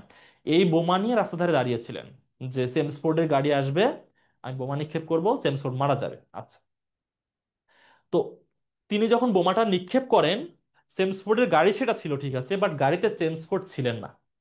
গাড়িতে ছিলেন আর দুইজন ব্রিটিশ মহিলা এবং একটা শিশু, ঠিক আছে। তো ওই দুইজন ব্রিটিশ নারী এবং ওই শিশু মারা যান ওই বোমার আঘাতে। তো এই ক্ষুদিরাম বসুকে মূলত ফাঁসি দেওয়া হয় এই দুইজন ব্রিটিশ নারীকে এবং শিশুকে হত্যা করার জন্য। ঠিক আছে, তিনি মূলত চেয়েছিলেন চেমসফোর্ডকে হত্যা করতে। ঠিক আছে, চেমসফোর্ড ছিলেন খুবই বাজে একজন ম্যাজিস্ট্রেট, তিনি খুবই দুঃশাসন করতেন। ম্যাজিস্ট্রেট তো শাসক, ঠিক আছে, শাসক, তিনি খুবই দুঃশাসন করতেন, তাকে মারার জন্য তিনি বোমাটা মেরেছিলেন এবং পরবর্তীতে তাকে ফাঁসি দেওয়া হয়। ওকে। প্রীতিলতা ওয়াদ্দেদার, প্রীতিলতা ওয়াদ্দেদার ছিলেন একজন স্কুল শিক্ষক এবং ব্রিটিশ বিরোধী সংগঠনের অন্যতম, কি বলবো, আহ, অন্যতম সক্রিয় একজন কর্মী। ঠিক আছে। তো প্রীতিলতা ওয়াদ্দেদার একটা সফল অপারেশন শেষ করে যখন ফেরেন, তখন তিনি ধরা পড়ে যান। এবং এই ধরা যখন পড়ে যান, সে তো জানতো আমাকে মৃত্যুদণ্ড দিয়ে দিবে। ঠিক তখন তিনি পটাশিয়াম সায়ানাইড, ঠিক আছে, পটাশিয়াম সায়ানাইড খেয়ে আত্মহত্যা করেন। পটাশিয়াম, পটাশিয়াম সায়ানাইড খেয়ে, পটাশিয়াম সায়ানাইড খেয়ে তিনি আত্মহত্যা করেন। মানে এটা খুবই কি বলবো, খুবই তেজি একটা বিষ। এটা খাইলে মানুষজন উইদিন এ মিলি সেকেন্ড মারা যায়। ঠিক আছে, মানে এটা সাধারণত যারা গুপ্তচর তাদের কাছে থাকে এটা। কারণ গুপ্তচরদের আটক করলে নির্যাতন করে বিভিন্ন তথ্য বের করার চেষ্টা করে। তো যাতে কোনো তথ্য বের না করতে পারে, তার জন্য পটাশিয়াম সায়ানাইড খেয়ে সে সুইসাইড করে। ওকে। এরপর আসে মঙ্গল পাণ্ডে। এখন দেখো,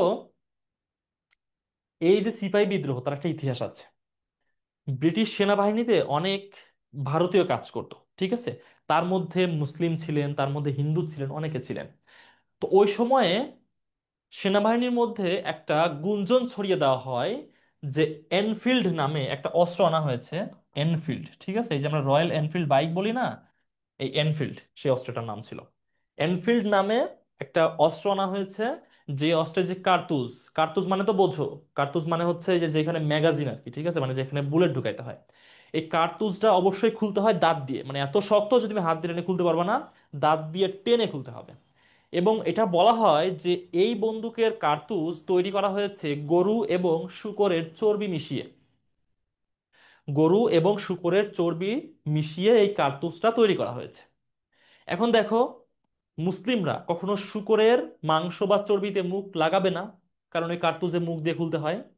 আবার কোনো হিন্দু ধর্মের মানুষ সে কখনো গরুর চর্বি আছে সেখানে মুখ লাগাবে না। তাহলে কি হলো, সেনাবাহিনীর মধ্যে খুবই বিশৃঙ্খলা তৈরি হয়ে যায় ওই সময়। এবং এই বিশৃঙ্খলার সুযোগ নিয়ে একটা সেনা বিদ্রোহ ঘটানোর চেষ্টা করেন মঙ্গল পাণ্ডে। তিনি ছিলেন একজন সিপাহী। এবং 1757 সালে যে ব্রিটিশ শাসনামল শুরু হয়, তার ঠিক 100 বছর পর 1857 সালে বিদ্রোহটা ছড়িয়ে পড়ে, এবং এটা খুবই বড় একটা বিদ্রোহ, খুবই বড় একটা বিদ্রোহ। এবং এই বিদ্রোহে নেতৃত্ব দেন সেই সময়কার মুঘল শাসক বাহাদুর শাহ জাফর। ঠিক আছে, বাহাদুর শাহ জাফর, যার আরেক নাম হচ্ছে দ্বিতীয় বাহাদুর শাহ, দ্বিতীয় বাহাদুর শাহ, ঠিক আছে। তার পুরো নাম হচ্ছে বাহাদুর শাহ জাফর। তাহলে দেখো, মুঘল শাসন কিন্তু 1857 সাল পর্যন্ত চলেছে। 1757-তে যখন ব্রিটিশরা এসেছে, তখনই মুঘল শাসন শেষ হয়ে যায়নি, 1857 পর্যন্ত চলেছে। ঠিক আছে। তো এই যে বিদ্রোহটা, সেটা তো সফল হয়নি, সেটা ব্যর্থ হয়েছে। ব্রিটিশরা এই বিদ্রোহকে দমন করতে পেরেছিল, এবং এই বিদ্রোহের নেতৃত্ব দেওয়া মঙ্গল পাণ্ডেকে ফাঁসিতে ঝুলিয়ে মৃত্যুদণ্ড দেওয়া হয়। দ্বিতীয় বাহাদুর শাহ জাফরকে রেঙ্গুনে মানে মিয়ানমারে নির্বাসন দেওয়া হয়, এবং সেইখানে তিনি মারা যান 4-5 বছর পরেই। মঙ্গল পাণ্ডে ফাঁসিতে ঝুলে তিনি শহীদ হয়ে যান। ঠিক আছে, তাহলে সিপাহী বিদ্রোহের ইতিহাস আমরা দেখতে পারলাম এবং অন্যান্য যে ব্রিটিশ বিরোধী আন্দোলন সেটা দেখতে পারলাম। এবং তোমাদের যদি কোশ্চেন করে যে ব্রিটিশদের বিরুদ্ধে প্রথম আন্দোলন কোনটি বা প্রথম সশস্ত্র আন্দোলন কোনটি, সেটা হচ্ছে ফকির সন্ন্যাসী বিদ্রোহ। ফকির সন্ন্যাসী বিদ্রোহ এটা অনেক আগে হয়েছে, এটা মনে হয় 1762 থেকে 64 পর্যন্ত এই সময়কালে চলেছে। ঠিক আছে, মানে ব্রিটিশদের শাসন শুরু করার কয়েক বছর পরে। ফকির সন্ন্যাসী বিদ্রোহের অনেক গল্প আছে, ক্লাসে করবো ইনশাল্লাহ। তাহলে ব্রিটিশ আমলে এটা বুঝতে পারলে, এবার আসি বঙ্গভঙ্গকালে ভারতের ভাইসরয় কে ছিলেন? Bampfylde fuller, William Bentinck, Lord Dalhousie নাকি লর্ড কার্জন? বঙ্গভঙ্গের সময় ব্রিটিশ ভাইসরয় কে ছিলেন? আচ্ছা, ক্লাসের উপস্থিতি স্বাভাবিক আছে, বাট আমি মনে করি যে তোমাদের আরো বন্ধু বান্ধবদের নিয়ে ক্লাস করা উচিত। হ্যাঁ, সবাই মিলে ইউনিভার্সিটিতে চান্স পাও, একা চান্স পাওয়ার তো কোনো মজা নাই, সবাই মিলে ইউনিভার্সিটিতে পড়তে হবে। সবাই মিলে ইউনিভার্সিটিতে পড়তে হবে। আমি জুমের কমেন্টগুলো একটু দেখার চেষ্টা করি, তোমরা বেশ সুন্দরভাবে উত্তর করছো।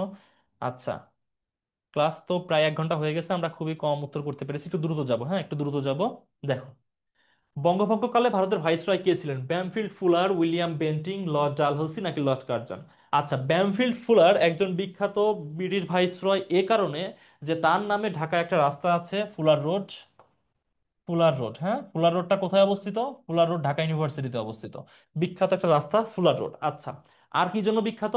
তিনি ঢাকাতে ভাইসরয়ের বাসভবন তৈরি করেছিলেন, এবং ঢাকাতে যে ভাইসরয়ের বাসভবনটা তৈরি করেছিলেন সেটাই হচ্ছে বর্তমান বাংলাদেশের হাইকোর্ট ভবন। ঠিক আছে, সেটাই হচ্ছে বর্তমান বাংলাদেশের হাইকোর্ট ভবন। ঠিক আছে, আমাদের বাংলাদেশের যে হাইকোর্ট ভবন সেটা হচ্ছে ব্যামফিল্ড ফুলার তৈরি করেছিলেন, এর জন্য তিনি বিখ্যাত। উইলিয়াম বেন্টিঙ্ক, তিনি কি জন্য বিখ্যাত? তিনি সতীদাহ প্রথা যেটা ছিলেন, সতীদাহ প্রথা তিনি নিষিদ্ধ, বন্ধ করেছিলেন। ঠিক আছে, সতীদাহ প্রথা বন্ধ করেছিলেন হচ্ছে কে?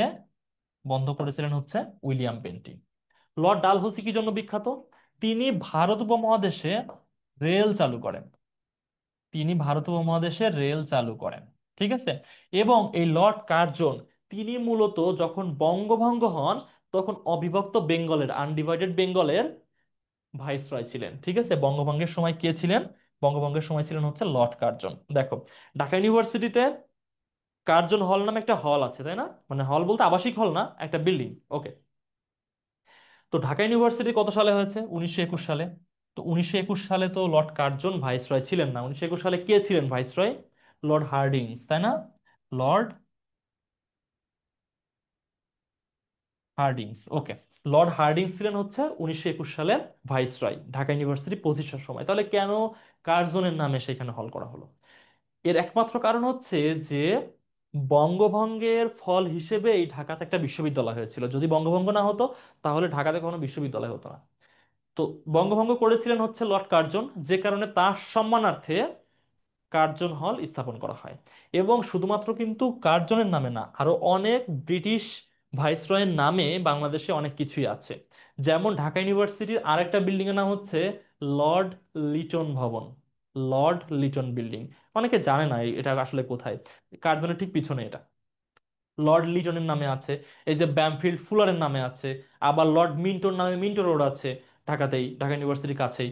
তো এই যে অনেকগুলো গুরুত্বপূর্ণ জিনিস কিন্তু আছে বিভিন্ন ভাইসরয়দের নামে। হ্যাঁ, তাহলে এই যে ভাইসরয়দের গুরুত্বপূর্ণ অবদান, এগুলো আমাদেরকে পড়তে হবে। একটু দ্রুত যায়, নাহলে ক্লাস শেষ করতে পারবো না। দাম দিয়ে কিনেছি বাংলা, কারো দানে পাওয়া নয়, গানটি গীতিকার কে? তাহলে দেখো, আমরা ব্রিটিশ আমল শেষ করে ফেলেছি, চলে আসছি পাকিস্তান আমলে। দাম দিয়ে কিনেছি বাংলা, কারো দানে পাওয়া নয়, গানটির গীতিকার কে? আব্দুল গাফফার চৌধুরী, হাসান হাফিজুর রহমান, জহির রায়হান নাকি আব্দুল লতিফ? কে? ব্রিটিশ আমলে। ব্রিটিশ আমল শেষ করে ফেলেছি, পাকিস্তান আমলে। দেখো, এটা হচ্ছে আমাদের 52 ভাষা আন্দোলন কেন্দ্রিক একটা কোশ্চেন। ভাষা আন্দোলন কেন্দ্রিক একটা কোশ্চেন। তোমরা জানো যে পাকিস্তান সৃষ্টি হওয়ার পরেই প্রথম ডিবেট শুরু হয় ভাষা নিয়ে, ভাষা কি হবে। তো 52 সালে যখন ভাষা নিয়ে আন্দোলন হয় সেখানে অনেকেই জীবন দেন, ভাষার জন্য শহীদ হন। তার প্রেক্ষিতে একটা গান রচনা করা হয়, দাম দিয়ে কিনেছি বাংলা, কারো দানে পাওয়া নয়। এখানে বাংলা হচ্ছে বাংলা ভাষা। ঠিক আছে, বাংলা ভাষা। অনেকগুলো গান আছে, ভাষা আন্দোলন কেন্দ্রিক অনেক গান আছে, অনেক কবিতা আছে, অনেক উপন্যাস আছে, তার মধ্যে একটা কোশ্চেন এখানে দেওয়া আছে। আব্দুল গাফফার চৌধুরী কোন গানের গীতিকার ছিলেন? তিনি ছিলেন হচ্ছে আমার ভাইয়ের রক্তে রাঙানো 21শে ফেব্রুয়ারি আমি কি ভুলিতে পারি। এই গানের গীতিকার হচ্ছেন আব্দুল গাফফার চৌধুরী। ঠিক আছে, আমি একটু লিখে দিই। আমার ভাইয়ের রক্তে রাঙানো। ঠিক আছে, আমার ভাইয়ের রক্তে রাঙানো 21শে ফেব্রুয়ারি, এটা হচ্ছে আব্দুল গাফফার চৌধুরীর লেখা গান। হাসান হাফিজুর রহমান, তিনি ভাষা আন্দোলনের যত লেখা আছে তার প্রধান সংকলক। ঠিক আছে, প্রধান সংকলক, সংকলক অর্থাৎ এডিটর। ঠিক আছে, তিনি লেখেননি, তিনি হচ্ছেন এডিটর। জহির রায়হান কি লিখেছিলেন? জহির রায়হান লিখেছিলেন আর এক ফাগুন, তাই না? আর এক ফাগুন, আর এক ফাগুন উপন্যাস, এবং তার যে বিখ্যাত সিনেমা জীবন থেকে নেওয়া, তাই না? জীবন থেকে নেয়া, নেওয়া না, নেয়া, জীবন থেকে নেয়া, এটা তার বিখ্যাত মুভি ভাষা আন্দোলনের প্রেক্ষাপটে। এবং এই জীবন থেকে নেয়া মুভিতেই আমার ভাইয়ের রক্তে রাঙানো 21শে ফেব্রুয়ারি গানটা প্রথম প্রচার করা হয়। আচ্ছা, এবং আব্দুল লতিফ, তিনি এই গানটা লিখেছিলেন দাম দিয়ে কিনেছি বাংলা, কারো দানে পাওয়া নয়। আবার তিনি আরো লিখেছিলেন ওরা আমার মুখের ভাষা কায়রা নিতে চায়। তাহলে এই গানটা লিখেছেন হচ্ছে আব্দুল লতিফ, এবং তার সাথে ওরা আমার মুখের ভাষা কায়রা নিতে চায়, ওরা আমার মুখের ভাষা কায়রা নিতে চায়, কায়রা নিতে চায়, এইটারও লিখেছেন হচ্ছে কে? আব্দুল লতিফ। ফাইন। তাহলে দেখো কতগুলো বিষয় আমরা শিখতে পারলাম। আব্দুল গাফফার চৌধুরী, হাসান হাফিজুর রহমান, জহির রায়হান, আব্দুল লতিফ, সবার অবদান আমরা দেখতে পারলাম, তাদের লেখালেখি দেখতে পারলাম। হ্যাঁ, আচ্ছা। তাছাড়া মনির চৌধুরীর কবর নাটক, যেটা হচ্ছে ঢাকা সেন্ট্রাল জেলে প্রথম মঞ্চস্থ করা হয়, এটাও হচ্ছে আমাদের ভাষা আন্দোলন কেন্দ্রিক খুবই বিখ্যাত একটা লেখা। আচ্ছা, আহ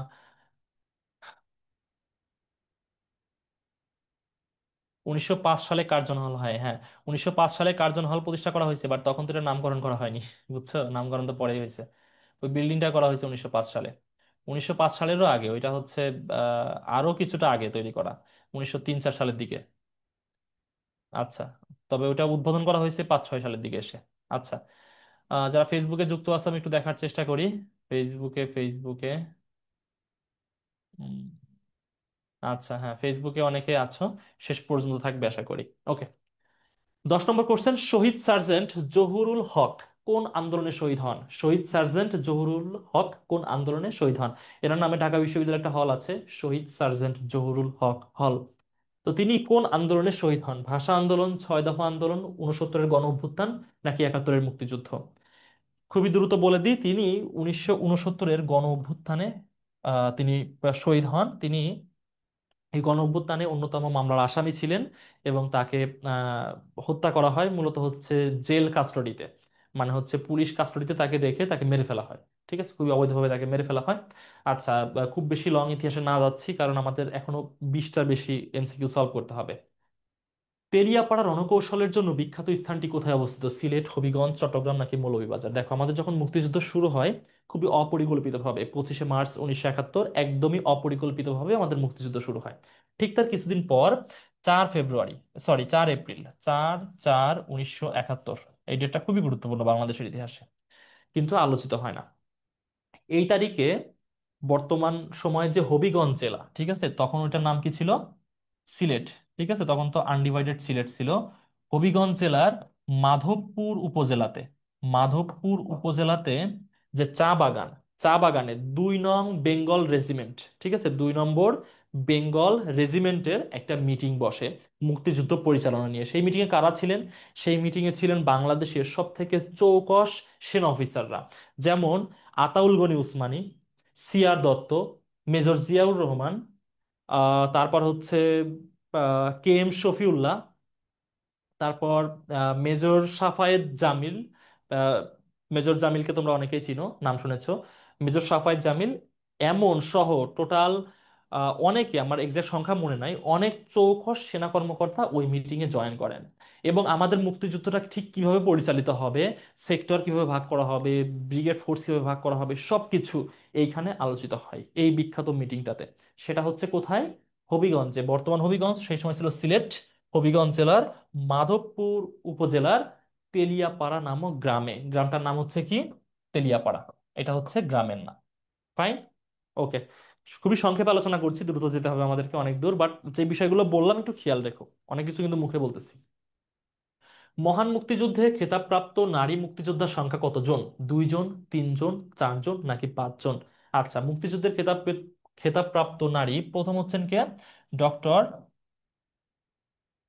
সেতারা বেগম, তাই না? ডক্টর সেতারা বেগম কত নম্বর সেক্টর? 2 নম্বর সেক্টরে তিনি যুদ্ধ করেন। তিনি মূলত যুদ্ধ করেননি, তিনি হচ্ছে মুক্তিযুদ্ধের সময়কার যে ফিল্ড হাসপাতালে তিনি চিকিৎসা দিয়েছেন। মুক্তিযুদ্ধের সময় ফিল্ড হাসপাতাল কে পরিচালনা করেছিল? ফিল্ড হাসপাতাল পরিচালনা করেছিল doctor Zafrullah Chowdhury. Doctor doctor Zafrullah Chowdhury. Doctor Zafrullah Chowdhury বাংলাদেশের অন্যতম, বাংলাদেশের ইতিহাসে যতজন মানুষ জন্মগ্রহণ করেছেন তার মধ্যে সেরা একজন মানুষ হচ্ছেন ডক্টর জাফরুল্লাহ চৌধুরী। বাংলাদেশের ইতিহাসে সেরা একজন মানুষ, মানুষের জন্য যারা কাজ করেছেন তাদের মধ্যে একজন হচ্ছেন ডক্টর জাফরুল্লাহ চৌধুরী। ফাইন, ওকে। তো তার যে ফিল্ড হাসপাতাল মুক্তিযুদ্ধকালীন সময় সেখানে কাজ করতেন ডক্টর সীতারা বেগম, এর জন্য তিনি আহত মুক্তিযোদ্ধাদের সেবা দিয়ে বীর প্রতীক খেতাব অর্জন করেছেন। তারপরে কি আছে? তারপর আছে তারামন বিবি। তারামন বিবি তারামন বিবি কত নম্বর সেক্টরে যুদ্ধ করেন? তারামন বিবির বাসা কোথায়? কুড়িগ্রামে, তাই না? কুড়িগ্রাম কত নম্বর সেক্টরে ছিল? জাস্ট ইমাজিন করো, কুড়িগ্রাম হচ্ছে 11 নম্বর সেক্টরে ছিল, তাই না? কুড়িগ্রাম হচ্ছে 11। এক্স্যাক্টলি মনে নেই আমার কুড়িগ্রাম কত নম্বর সেক্টরে ছিল, 11 তো মনে হয়, হ্যাঁ 11। আচ্ছা, তিনি এই 11 নম্বর সেক্টরে যুদ্ধ করেছেন, একদম সশস্ত্র যুদ্ধ করেছেন। আচ্ছা, আর 3 নম্বর হচ্ছে কাকন বিবি। কাকন বিবি 5 নম্বর সেক্টরে, সিলেট 5 নম্বর সেক্টরে একজন গুপ্তচর হিসেবে কাজ করতেন। তিনি একজন গুপ্তচর হিসেবে কাজ করতেন এবং ইনি খাসিয়া উপজাতির লোক ছিলেন। খাসিয়া উপজাতির লোক ছিলেন, ঠিক আছে। এবং তিনি এই গুপ্তচর বৃত্তির জন্য পাকিস্তান সেনাবাহিনীর হাতে ধরা পড়েন এবং তাকে অমানবিক নির্যাতন করা হয়। এবং তার পরবর্তীতে কাকন বিবির খোঁজ পাওয়া যায় না, অনেক পরে এসে তার খোঁজ পাওয়া যায় 1995-96 সালের দিকে এসে তাকে মুক্তিযুদ্ধের খেতাব দেওয়া হয়েছে। তাহলে এই যে 3 জন নারী মুক্তিযোদ্ধা, তাদেরকে কি করা হয়? মুক্তিযুদ্ধে বীর প্রতীক খেতাব দেওয়া হয়। তাহলে 3 জনকে বীর প্রতীক খেতাব দেওয়া হয়েছে। তাহলে আমরা মুক্তিযুদ্ধে চলে এসেছি কিন্তু, হ্যাঁ। বাংলাদেশের বৃহত্তর জেলা কয়টি? 17টি, 18টি, 19টি নাকি 21টি? বাংলাদেশের বৃহত্তর জেলা কয়টি? বৃহত্তর জেলা বলতে আমরা কি বুঝি? বর্তমান সময় 64টা জেলা, এই 64টি জেলা একসময় ছিল না। একসময় একটা খুবই কম সংখ্যক জেলা ছিল, যেখান থেকে জেলাগুলোকে ভাগ করে করে বর্তমানে 64টি আনা হয়েছে। প্রথমে ব্রিটিশ আমলে এই অঞ্চলে জেলা ছিল 16টা। এই অঞ্চলে জেলা ছিল হচ্ছে 16টা। আচ্ছা, ব্রিটিশ আমলে জেলা সংখ্যা বৃদ্ধি করে করা হলো 17টা। এই 17টা জেলা নিয়ে পাকিস্তান হলো, পূর্ব পাকিস্তান হলো। পূর্ব পাকিস্তানে ময়মনসিংহ জেলাকে ভেঙে টাঙ্গাইল নতুন জেলা করা হলো এবং বরিশাল জেলাকে ভেঙে পটুয়াখালী নতুন জেলা করা হলো। করে জেলা সংখ্যা হয়ে গেল 19টা। এই 19টা জেলাকে হুসেইন মোহাম্মদ এরশাদ ভেঙে 64টা জেলা করলেন। এখন কথা হচ্ছে এর মধ্যে কোনটা বৃহত্তর জেলার সংখ্যা? 16, 17, 19 নাকি 64? কোনটা? 64 কোন অবস্থাতে না, কোন অবস্থাতে না। কারণ কি? এটা হচ্ছে আহ বৃহত্তর জেলা না, এটা হচ্ছে ভাঙার পরে জেলা। এই তিনটার মধ্যে কোনটা? আমরা দেখবো মূলে কোনটা ছিল। মূলে 19টা তো না, কারণ এটা ভেঙে করা হয়েছে, 19টা ভেঙে করা হয়েছে, এটাও না। এখন 16 নাকি 17? 16 নাকি 17? সঠিক উত্তর 16 না, সঠিক উত্তর হচ্ছে 17। কেন 17? কারণ এটা ব্রিটিশ আমলেই ভাঙা হয়েছিল এবং ওই যখন শুরু করা হয়েছে ঠিক তখনই, কিছুদিনের মধ্যেই। এটা হচ্ছে খুব লং হিস্ট্রি না, ঠিক আছে, যেই কারণে এই 16টাকে ধরা হয় না, 16টাকে বাদ দিয়ে দেওয়া হয়। মূলত 17টাকে উত্তর হিসেবে নেওয়া হয়। মানে ব্রিটিশ আমলে যে জেলাগুলোকে করে দেওয়া হয়েছে ওই জেলাগুলোকেই মূলত আমরা কি বলি, সেটাকে বলি বৃহত্তর জেলা। তাহলে সঠিক উত্তর হচ্ছে 17টা বৃহত্তর জেলা। সঠিক উত্তর কোনটা? 17টা বৃহত্তর জেলা। ঠিক আছে। এবং স্বাধীন বাংলাদেশে প্রথম জেলা করা হয় জামালপুরকে। স্বাধীন বাংলাদেশের প্রথম জেলা হচ্ছে জামালপুর 1978 সালে। মানে 19টার পরে প্রথম জেলা বানানো হয় জামালপুরে, কারণ ময়মনসিংহটা হিউজ জেলা হয়ে গেছিল, এটা পরবর্তীতে ভেঙে ভেঙে ছোট করা হয়। আচ্ছা, বাংলাদেশের জাতীয় মনোগ্রামের ডিজাইনার কে? এ এন সাহা, শিবনারায়ণ দাস, জয়নুল আবেদিন নাকি কামরুল হাসান? বাংলাদেশের জাতীয় মনোগ্রামের ডিজাইনার কে? আচ্ছা, দেখো, জাতীয় প্রতীক এবং জাতীয় মনোগ্রাম এটা নিয়ে কনফিউশন তৈরি হতে পারে, ঠিক আছে। জাতীয় প্রতীক এবং জাতীয় মনোগ্রাম দুইটা ডিফারেন্ট জিনিস কিন্তু। জাতীয় প্রতীক, জাতীয় প্রতীক বানানটা আমি ভুল লিখে ফেলেছি। জাতীয় প্রতীক, আরেকটা হচ্ছে জাতীয় মনোগ্রাম, ঠিক আছে। মনোগ্রাম, এই দুইটা ডিফারেন্ট জিনিস। আচ্ছা, জাতীয় প্রতীকে কি বলা হয়? জাতীয় প্রতীকে বলা হয় এই যে ন্যাশনাল এমব্লেম, ন্যাশনাল এমব্লেম। আমি বারবার বানান ভুল করতেছি কেন আজকে, আমি এটা কিছু বুঝতেছি না, প্রচুর পরিমাণে বানান ভুল লিখে ফেলতেছি। ন্যাশনাল এমব্লেম, ঠিক আছে, এটা হচ্ছে জাতীয় প্রতীক।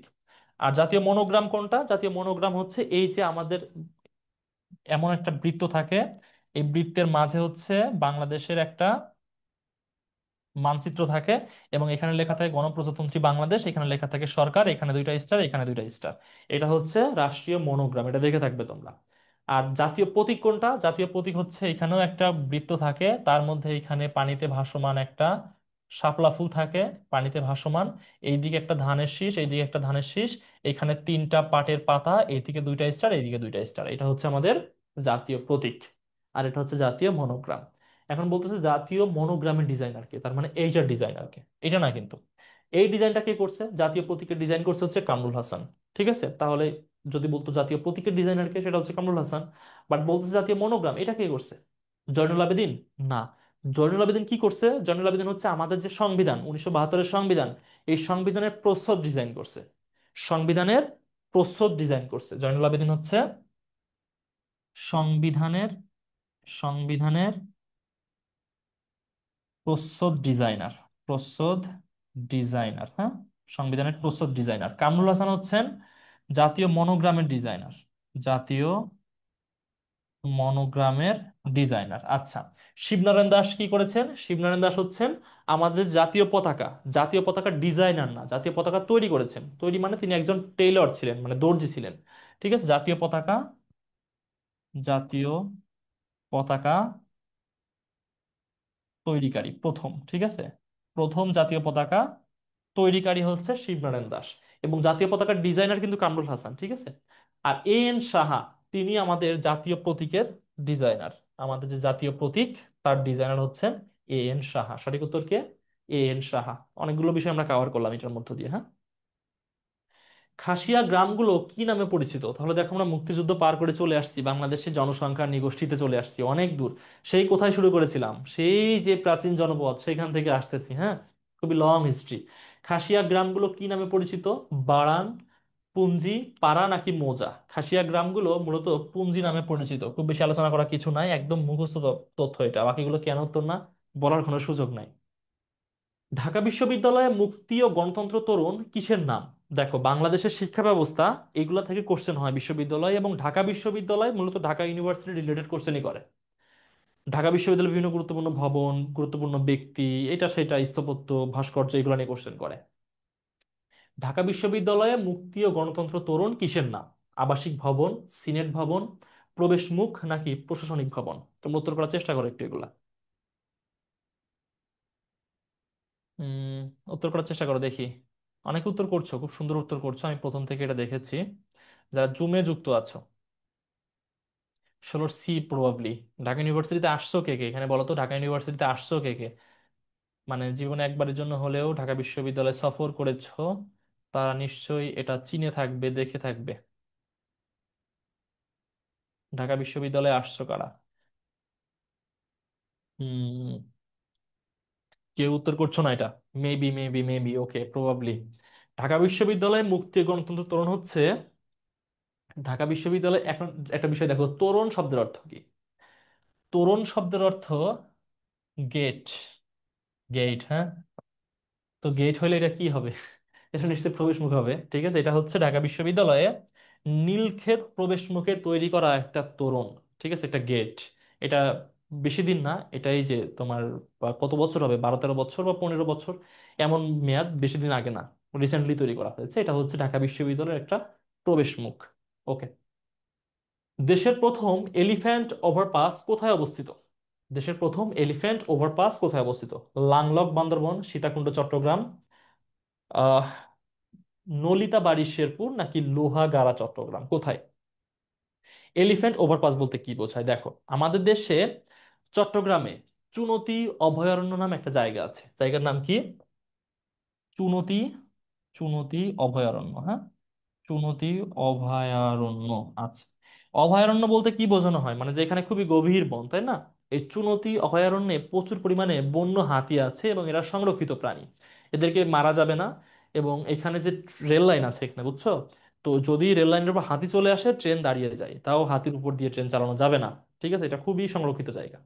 তো এভাবে দেখা গেছে বিভিন্ন সময়ে সড়ক দুর্ঘটনায়, রেল দুর্ঘটনাতে অনেক হাতির ক্ষতি হয়েছে। সড়ক দুর্ঘটনা, রেল দুর্ঘটনায় মূলত অনেক হাতি মারা গেছে। তো দেখলো এইখানে কি করা যায়, এইখানে একটা ওভারপাস তৈরি করা যায়, মানে ট্রেনগুলো উপর দিয়ে চলে যাবে। এখন ভাববা যে ট্রেন আবার ফ্লাইওভারের মতো উপর দিয়ে যায়, হ্যাঁ যায়, অবশ্যই ট্রেন উপর দিয়ে নেওয়া যায়। তো এইখানে প্রথম এই হাতির জন্য এমন ওভারপাস তৈরি করে দেওয়া হয়েছে। ঠিক আছে, যে ট্রেন উপর দিয়ে না, হাতি উপর দিয়ে যাবে, ট্রেন নিচ দিয়ে যাবে। ঠিক আছে, মানে এলিফ্যান্ট ওভার দিয়ে যাবে আর ট্রেন নিচ দিয়ে যাবে। এই প্রথম বাংলাদেশে প্রথম এই চুনতি অভয়ারণ্যে এটা তৈরি করা হয়, যেটা মূলত চট্টগ্রামের লোহাগাড়াতে অবস্থিত। চট্টগ্রামের লোহাগাড়াতে অবস্থিত বাংলাদেশের প্রথম এলিফ্যান্ট ওভারপাস। ঠিক আছে, বাংলাদেশে জন্মলাভ করে ভারতে প্রবেশকারী নদীর নাম কি? মাতামুহুরী, সাঙ্গু, কুলিক নাকি কুশিয়ারা? আচ্ছা, মাতামুহুরী এবং সাঙ্গু এই যে দুইটা নদী, এই দুইটা নদী মিয়ানমার থেকে বাংলাদেশে প্রবেশ করেছে। মিয়ানমার থেকে বাংলাদেশে প্রবেশ করেছে। মিয়ানমার থেকে বাংলাদেশ, হ্যাঁ। তার মানে কি এটা বাংলাদেশ থেকে ভারতে যায়নি, বুঝতে পারলাম। কুশিয়ারা নদী ভারত থেকে বাংলাদেশে আসছে, ঠিক আছে, ভারত থেকে আসছে। এবং সুরমা নদী এবং কুশিয়ারা নদী এই দুইটার মিলিত স্রোতধারা মিলে মেঘনা নদী তৈরি করেছে। মেঘনা নদী তৈরি করেছে। কোথায় এটা? এটা তৈরি হয়েছে ভৈরবে। ঠিক আছে, ভৈরবে। ওকে, ঠিক আছে। বাকি থাকলো কোনটা? বাকি থাকলো হচ্ছে কুলিক নদী। এই কুলিক নদী মূলত বাংলাদেশ উৎপত্তি লাভ করে ভারতে গেছে, ভারতে প্রবেশ করেছে, প্রবেশ করে বাংলাদেশ হতে। ঠিক আছে, এটা হচ্ছে কুলিক নদী। এখন বাংলাদেশে যতগুলো নদী আছে তার মধ্যে 57টা নদী হচ্ছে আন্তঃসীমান্ত নদী। 57 নদী হচ্ছে আন্তঃসীমান্ত। আন্তঃসীমান্ত মানে কি? একাধিক দেশের সীমান্ত ব্যবহার করে, মানে বর্ডার ক্রস করে। এই 57 আন্তঃসীমান্ত নদীর মধ্যে 54টা নদী ভারতের বর্ডার শেয়ার করে। ঠিক আছে, ভারতের। আর বাকি যে তিনটা, সেই তিনটা হচ্ছে মিয়ানমারের বর্ডার শেয়ার করে। ঠিক আছে, মিয়ানমার। তার মধ্যে কোন তিনটা? সেটা মাতামুহুরী আছে, সাঙ্গু আছে, আরেকটা যেটা আছে সেটা হচ্ছে নাফ নদী। তোমরা নাফ নদীর নাম অনেকে শুনে থাকবে। বাংলাদেশ এবং মিয়ানমারের সীমান্তবর্তী খুবই গুরুত্বপূর্ণ একটা নদী, নাফ নদী। তাহলে দেখো আন্তর্জাতিক নদীগুলা, বাংলাদেশে যে আন্তর্জাতিক নদীগুলো আছে তার একটা সামারি আমরা পেয়ে যাচ্ছি। নাফ, মাতামুহুরী, সাঙ্গু মিয়ানমার থেকে বাংলাদেশে প্রবেশ করেছে। 54টা নদী ভারত থেকে বাংলাদেশে প্রবেশ করেছে, এবং বাংলাদেশ থেকে একমাত্র কুলিক নদী ভারতে প্রবেশ করেছে। এখানে যে 4 নম্বর অপশন ছিল কুশিয়ারা, কুশিয়ারা নদী এবং সুরমা নদীর মিলিত স্রোতধারা সিলেটের ভৈরবে এসে মেঘনা নদী তৈরি করেছে। তাছাড়া মেঘনা নদী মূলত কোনো ইয়া থেকে আসেনি, মানে মূল স্রোতধারা থেকে আসেনি, এটা অন্য নদীর স্রোতধারা ব্যবহার করে তৈরি হয়েছে। ঠিক আছে, ওকে। 19 নম্বর কোশ্চেন, গৌরমতি কিসের নাম?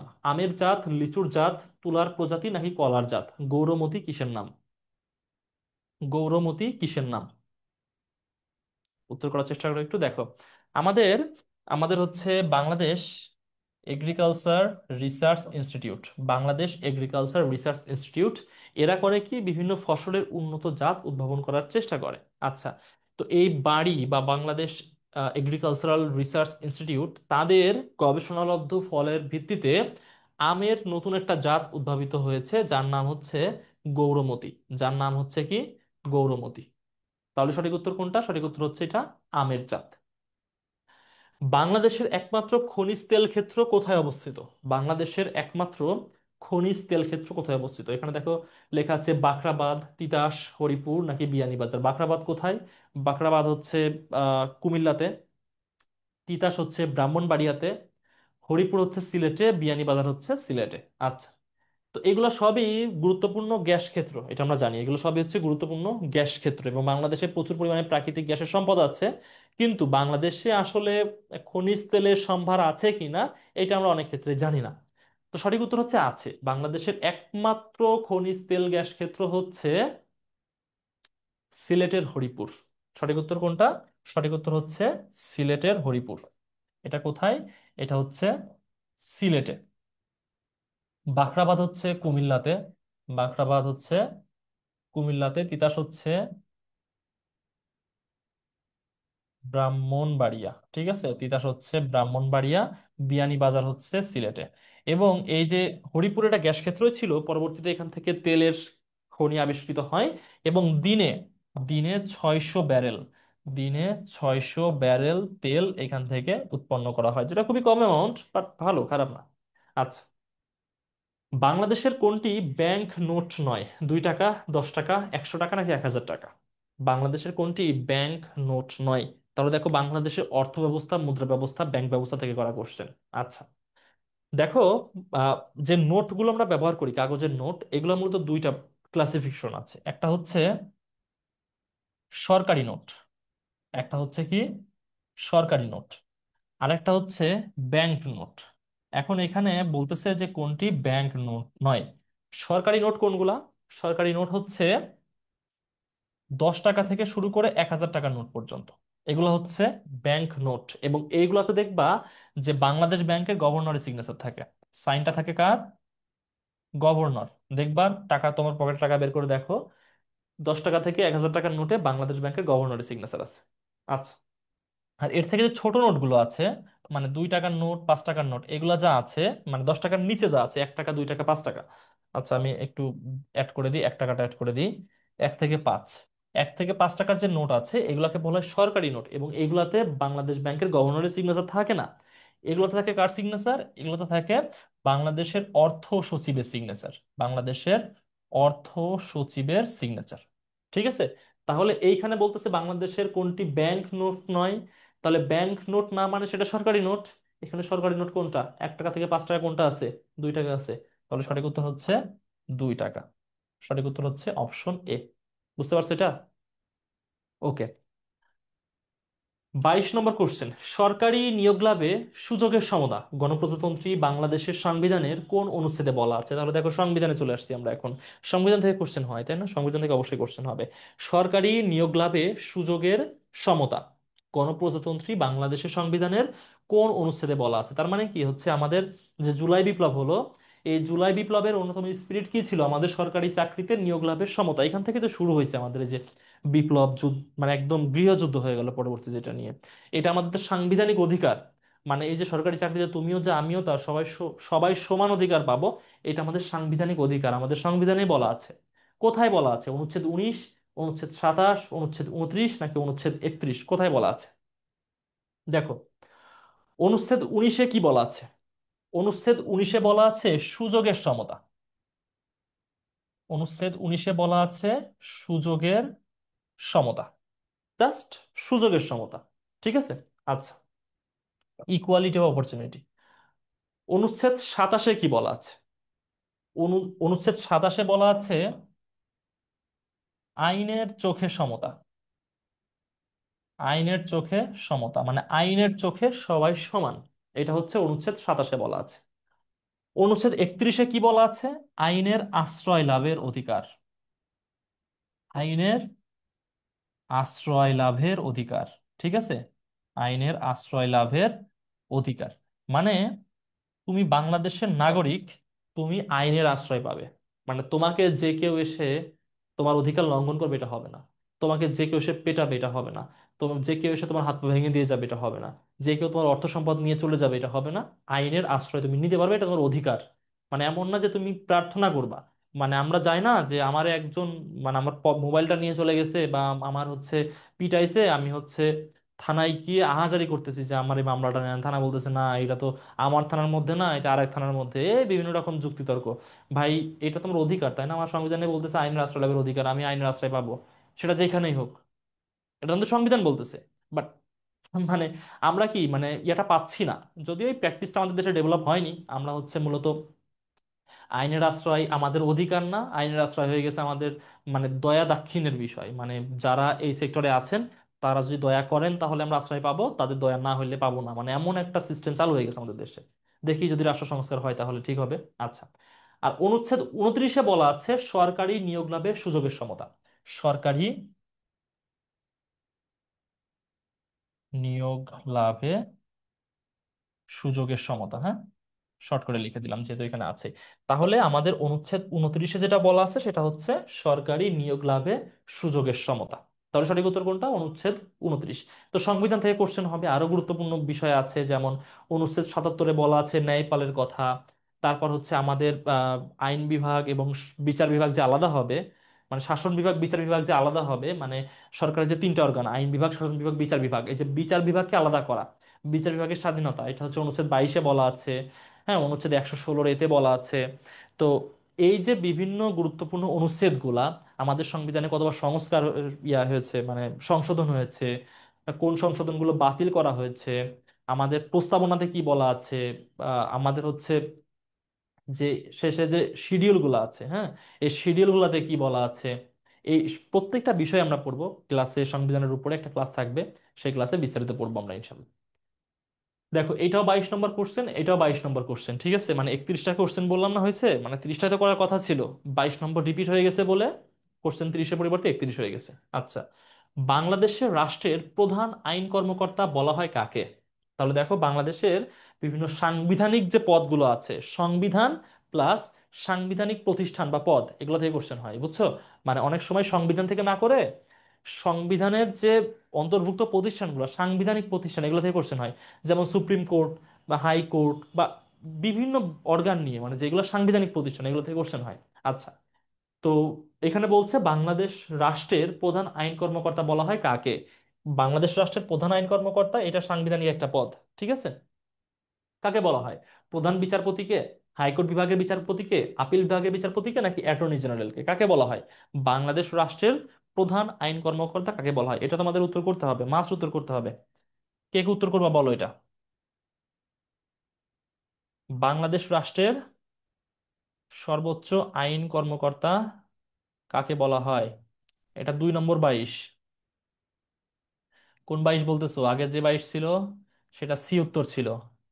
এবার যে 22, এটার কি উত্তর? এগুলো পৌরনীতির কোশ্চেন। হ্যাঁ, পৌরনীতিতে সংবিধান নিয়ে অনেক কিছু বলা আছে, এটা যারা পৌরনীতি পড়ছো তারা জানো। এখনকার 22 হচ্ছে ডি। হ্যাঁ, সঠিক উত্তর হচ্ছে অ্যাটর্নি জেনারেল। রাষ্ট্রের সর্বোচ্চ আইন কর্মকর্তা হচ্ছেন অ্যাটর্নি জেনারেল। অ্যাটর্নি জেনারেল হচ্ছেন সরকারের আইনজীবী। সরকারের, হ্যাঁ, সরকারি না, কিন্তু সরকারি আইনজীবী আলাদা। সরকারের আইনজীবী, সরকারের আইনজীবী। এনার কাজটা কি? সরকারের আইনজীবী মানে সরকারের এগেনস্টে তুমি যদি কোনো মামলা করো, সরকারের হয়ে যিনি লড়বেন তিনি হচ্ছেন অ্যাটর্নি জেনারেল, ঠিক আছে? সরকারের আইনজীবী। সরকারের এগেনস্টে মামলা করা যায় না? অবশ্যই করা যায়। তিনি সরকারের আইনজীবী। সরকারি আইনজীবী মানে কি? সরকারি আইনজীবী মানে হচ্ছে যে তুমি ধরো, মানে কোনো ইয়ার শিকার হয়েছো, মানে ক্রিমিনাল কোনো অফেন্সের শিকার হয়েছো, তুমি হচ্ছে ভিকটিম, তো সরকার তোমার জন্য একটা আইনজীবী দিবে, ঠিক আছে? সরকার দিবে তোমাকে। এই তারা হচ্ছেন সরকারি আইনজীবী, ঠিক আছে? আচ্ছা, তাদেরকে বলা হয় পিপি, পাবলিক প্রসিকিউটর, ঠিক আছে? পিপি বলা হয়। আহ আচ্ছা, ওইখানে পিপি আছে, আর জেনারেল প্রসিকিউটর আছে, সরি, গভর্নমেন্ট প্রসিকিউটর আছে, জিপি। হ্যাঁ, পাবলিক প্রসিকিউটর, গভর্নমেন্ট প্রসিকিউটর, অনেক প্রসিকিউটর আছে যেগুলো এখন পড়তে হবে না। তাহলে এই যে প্রধান বিচারপতি, হাইকোর্ট বিভাগের বিচারপতি, আপিল বিভাগের বিচারপতি, এনারা প্রধান আহ, আইন কর্মকর্তা নন রাষ্ট্রের। রাষ্ট্রের প্রধান আইন কর্মকর্তা হচ্ছেন অ্যাটর্নি জেনারেল, সরকারের আইনজীবী তিনি। আচ্ছা, 23 নম্বর কোশ্চেন, বাংলাদেশে প্রথম জাতীয় সংসদ নির্বাচন কত সালে অনুষ্ঠিত হয়? 7 মার্চ 1973, 22 ডিসেম্বর 1972, 23 জুন 1974, নাকি 11 সেপ্টেম্বর 1972? 23-এর। আচ্ছা, কি বলছো?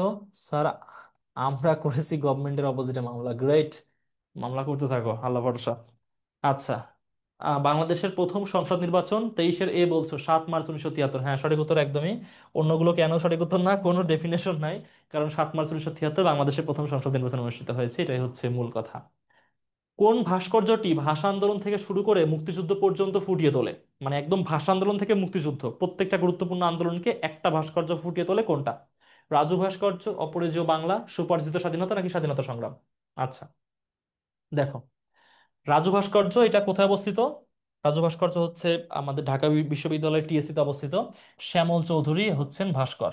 শ্যামল চৌধুরী, হ্যাঁ, শ্যামল চৌধুরী। আচ্ছা, অপরাজেয় বাংলা ঢাকা বিশ্ববিদ্যালয় কলাভবনের সামনে, যেটা মুক্তিযুদ্ধকে শুধু ফুটিয়ে তোলে, এটা হচ্ছে সৈয়দ খালেদ আহমেদ। হ্যাঁ, সৈয়দ খালেদ আহমেদ হচ্ছেন এটার ভাস্কর। আচ্ছা, স্বোপার্জিত স্বাধীনতা কোথায় অবস্থিত? স্বোপার্জিত স্বাধীনতা হচ্ছে ফুলার রোডে। হ্যাঁ, ঢাকা বিশ্ববিদ্যালয়ে যে ফুলার রোডের কথা বললাম কিছুক্ষণ আগে, ফুলার রোডে। এটা হচ্ছে শামীম চৌধুরী।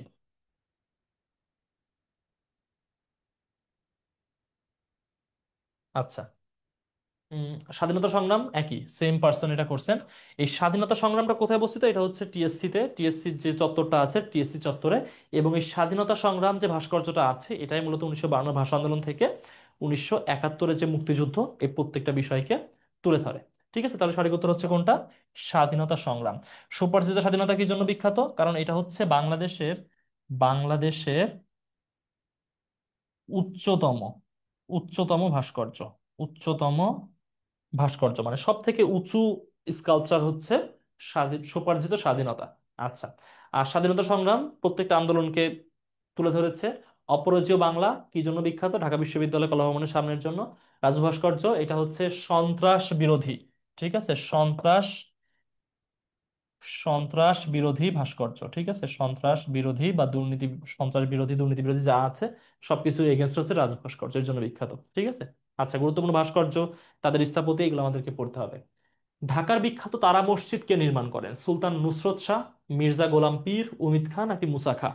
ঢাকার বিখ্যাত তারা মসজিদ, আচ্ছা, সুলতান নুসরত শাহ। তিনি রাজশাহীর রাজশাহীর বাঘা মসজিদ, ঠিক আছে, রাজশাহীর বাঘা মসজিদ নির্মাণ করেন। সুলতান নুসরত শাহ রাজশাহীর বাঘা মসজিদ নির্মাণ করেন। আচ্ছা, উমিদ খাঁ, উমিদ খাঁ হচ্ছে শায়েস্তা খানের ছেলে। উমিদ খাঁ হচ্ছে শায়েস্তা খানের ছেলে। তিনি হচ্ছেন ঢাকার সাত সাত গম্বুজ মসজিদ, ঠিক আছে, 60 না কিন্তু, নট 60, ইটস 7 সাত গম্বুজ মসজিদ তিনি নির্মাণ করেন। মুসা খাঁ, মুসা খাঁ হচ্ছে ইসা খাঁর ছেলে। মুসা খাঁ হচ্ছে ঢাকা বিশ্ববিদ্যালয়ের কার্জন হলের পিছনে যে মুসা খাঁ মসজিদ, ঠিক আছে, মুসা খাঁ মসজিদ নির্মাণ করেন।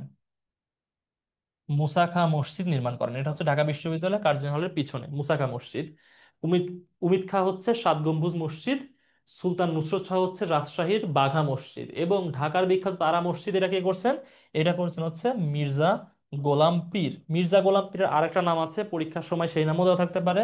তার আরেকটা নাম হচ্ছে মির্জা আহমেদ মির্জা আহমেদ জান। ঠিক আছে, আরেক নাম হচ্ছে মির্জা আহমেদ জান, এটা পরীক্ষার সময় অপশন থাকতে পারে, তখন মাথা ঘুরাইতে পারে। তার আগে এটা তোমরা শিওর হয়ে থাকো, তার নাম দুইটা, মির্জা গোলাম পীর অথবা মির্জা আহমেদ জান। ঠিক আছে, ওকে। 26 নম্বর কোশ্চেন, ঢাকার বারডেম হাসপাতাল কে প্রতিষ্ঠা করেন? Doctor Zafrullah Chowdhury, doctor Mohammad Ibrahim, doctor Enamul Haque, sir William Jones. ঢাকার বারডেম হাসপাতাল কে প্রতিষ্ঠা করেন? বারডেম হাসপাতাল, BIRDEM, বারডেম, এটা শাহবাগে অবস্থিত। এবং পরবর্তীতে বারডেমে আরেকটা শাখা খোলা হয় সেগুন বাগিচাতে, সেটা হচ্ছে নারী ও শিশু। আর বারডেম জেনারেল হাসপাতাল হচ্ছে শাহবাগে।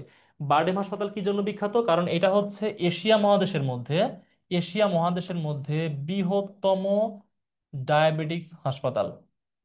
ডায়াবেটিক্স ডায়াবেটিক্স হাসপাতাল, ঠিক আছে। এশিয়া মহাদেশের মধ্যে বৃহত্তম ডায়াবেটিস হাসপাতাল হচ্ছে বারডেম জেনারেল হাসপাতাল শাহবাগে। আচ্ছা, এটা কে প্রতিষ্ঠা করেন? ডক্টর জাফরুল্লাহ চৌধুরী? না, তিনি করেননি। তিনি মুক্তিযুদ্ধের সময় ফিল্ড হাসপাতাল পরিচালনা করেছিলেন, তার জন্য বিখ্যাত তিনি। ফিল্ড হাসপাতাল, হ্যাঁ, ফিল্ড হাসপাতালের জন্য তিনি বিখ্যাত। আচ্ছা, ডক্টর ইনামুল হক তিনি ছিলেন বাংলা একাডেমির বাংলা একাডেমির প্রথম পরিচালক, প্রথম মহাপরিচালক, প্রথম মহাপরিচালক। আচ্ছা, স্যার উইলিয়াম জোনস তিনি কলকাতাতে এশিয়াটিক সোসাইটি চালু করেন। Asiatic society, Asiatic society, Asiatic society কিন্তু বাংলাদেশে আছে, হ্যাঁ, বাংলাদেশে এখন আছে। আর ডক্টর মোহাম্মদ ইব্রাহিম তিনি মূলত ঢাকা বারডেম হাসপাতাল চালু করেন। ঠিক আছে, তিনি বিখ্যাত হয়েছেন বারডেম হাসপাতাল চালু করার জন্য, যেটা এশিয়া মহাদেশের মধ্যে বৃহত্তম ডায়াবেটিস হাসপাতাল। বাংলাদেশের প্রথম জিআই পণ্য কোনটি? 2016 সালের 17 নভেম্বর, 2016 সালের 17 নভেম্বর বাংলাদেশের প্রথম কোন জিআই পণ্য স্বীকৃতি পায়। এবং এই জিআই পণ্য স্বীকৃতি দানকারী প্রতিষ্ঠান হচ্ছে WIPO. WIPO, world intellectual property organisation. ঠিক আছে, ওয়ার্ল্ড ইন্টেলেকচুয়াল প্রপার্টি অর্গানাইজেশন, এটা জাতিসংঘের একটা সংস্থা। তারা জিআই পণ্য স্বীকৃতি দেয়। জিআই পণ্য মানে কি? জিআই পণ্যের ফুল ফর্ম হচ্ছে জিআই। জিতে হচ্ছে জিওগ্রাফিক্যাল, জিওগ্রাফিক্যাল ইন্ডিকেটর, ঠিক আছে, ভৌগোলিক নির্দেশক। জিওগ্রাফিক্যাল শব্দের অর্থ কি? ভৌগোলিক, ভৌগোলিক। আর ইন্ডিকেটর শব্দের অর্থ কি? নির্দেশক। অর্থাৎ কোনো পণ্য কোনো নির্দিষ্ট ভৌগোলিক স্থানকে নির্দেশ করে। যেমন জামদানি শাড়ি বললে শুধুমাত্র বাংলাদেশি জামদানি শাড়িকেই বোঝাবে, ইলিশ বললে শুধু বাংলাদেশের ইলিশকেই বোঝাবে, খিরসাপাতি আম বললে শুধু বাংলাদেশের খিরসাপাতি আমকেই বোঝাবে, ঢাকায় মসলিন বললে শুধু বাংলাদেশে উৎপাদিত হওয়া ঢাকায় মসলিনকেই বোঝাবে। ঠিক আছে, মানে একটা পণ্যকে কোনো একটা নির্দিষ্ট দেশের পেটেন্ট দিয়ে দেওয়া, একদম সোজা কথায় বলতে গেলে। ঠিক আছে। আচ্ছা, তো বাংলাদেশের প্রথম জিআই পণ্য কোনটি চারটার মধ্যে? প্রথম জিআই পণ্য হচ্ছে জামদানি শাড়ি, এটা হচ্ছে বাংলাদেশের প্রথম জিআই পণ্য। এখানে একদম সিরিয়াল করে দেওয়া আছে, এটা হচ্ছে প্রথম জিআই পণ্য, এটা দ্বিতীয় জিআই পণ্য, এটা তৃতীয় জিআই পণ্য, এটা চতুর্থ জিআই পণ্য, একদম সিরিয়াল করে এখানে দেওয়া আছে। ঠিক আছে, কোনো এলোমেলো করা নাই। জামদানি শাড়ি হচ্ছে 2016 সালের 17 নভেম্বর এটা স্বীকৃতি পেয়েছে। রিসেন্ট তো দেখতে হবে, তোমরা পরীক্ষা দেওয়ার আগে আরো অনেক জিআই পণ্য আসবে, সেগুলো আপডেট দেখতে হবে। 28 নম্বর কোশ্চেন, স্বাধীন বাংলা ফুটবল দলের অধিনায়ক কে ছিলেন? স্পোর্টস থেকে করা কোশ্চেন, স্পোর্টস থেকে আসবে, এবং স্পোর্টস থেকে রিসেন্ট কোশ্চেন আসবে, বুঝছো? এর পুরাতন গুলো আসতে পারে, রিসেন্ট আসার সম্ভাবনা সব থেকে বেশি। তো রিসেন্ট আমি দিচ্ছি না, কোনো রিসেন্ট কোশ্চেনের মধ্যে নাই, যে কারণে হচ্ছে আমি পুরাতন তথ্যই দিয়ে রাখছি। স্বাধীন বাংলা ফুটবল দলের অধিনায়ক কে ছিলেন? জাকারিয়া পিন্টু, নাইমুর রহমান দুর্জয়, শামীম কবির, নাকি কাজী সালাউদ্দিন? কে ছিলেন? আচ্ছা, কাজী সালাউদ্দিন বাংলাদেশের একজন বিখ্যাত ফুটবলার, বিখ্যাত ফুটবলার যিনি প্রথম কোন ইউরোপিয়ান লিগে খেলার সুযোগ পান। বিখ্যাত ফুটবলার যিনি প্রথম কোন ইউরোপিয়ান লিগে খেলার সুযোগ পান। শামীম কবির হচ্ছেন বাংলাদেশ জাতীয় দলের, বাংলাদেশ ক্রিকেট দলের প্রথম অধিনায়ক, ক্রিকেট দলের প্রথম অধিনায়ক। ঠিক আছে, প্রথম অধিনায়ক। তো আমাদের বলছে যে ফুটবল দলের, তাহলে এটা সঠিক উত্তর না। তারপর নাইমুর রহমান দুর্জয়, নাইমুর রহমান দুর্জয় হচ্ছে বাংলাদেশ টেস্ট ক্রিকেট দলের প্রথম অধিনায়ক, প্রথম অধিনায়ক টেস্ট ক্রিকেট দলের।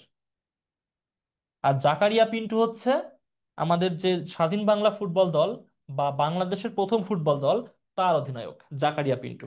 ঠিক আছে, ওকে।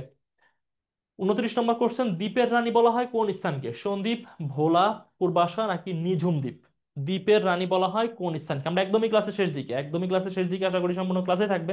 শেষ দিকে এসে তোমাদের লিভ নেওয়ার দরকার নাই, বা যারা ফেসবুকে যুক্ত আছো তাদের চলে যাওয়ার দরকার নাই।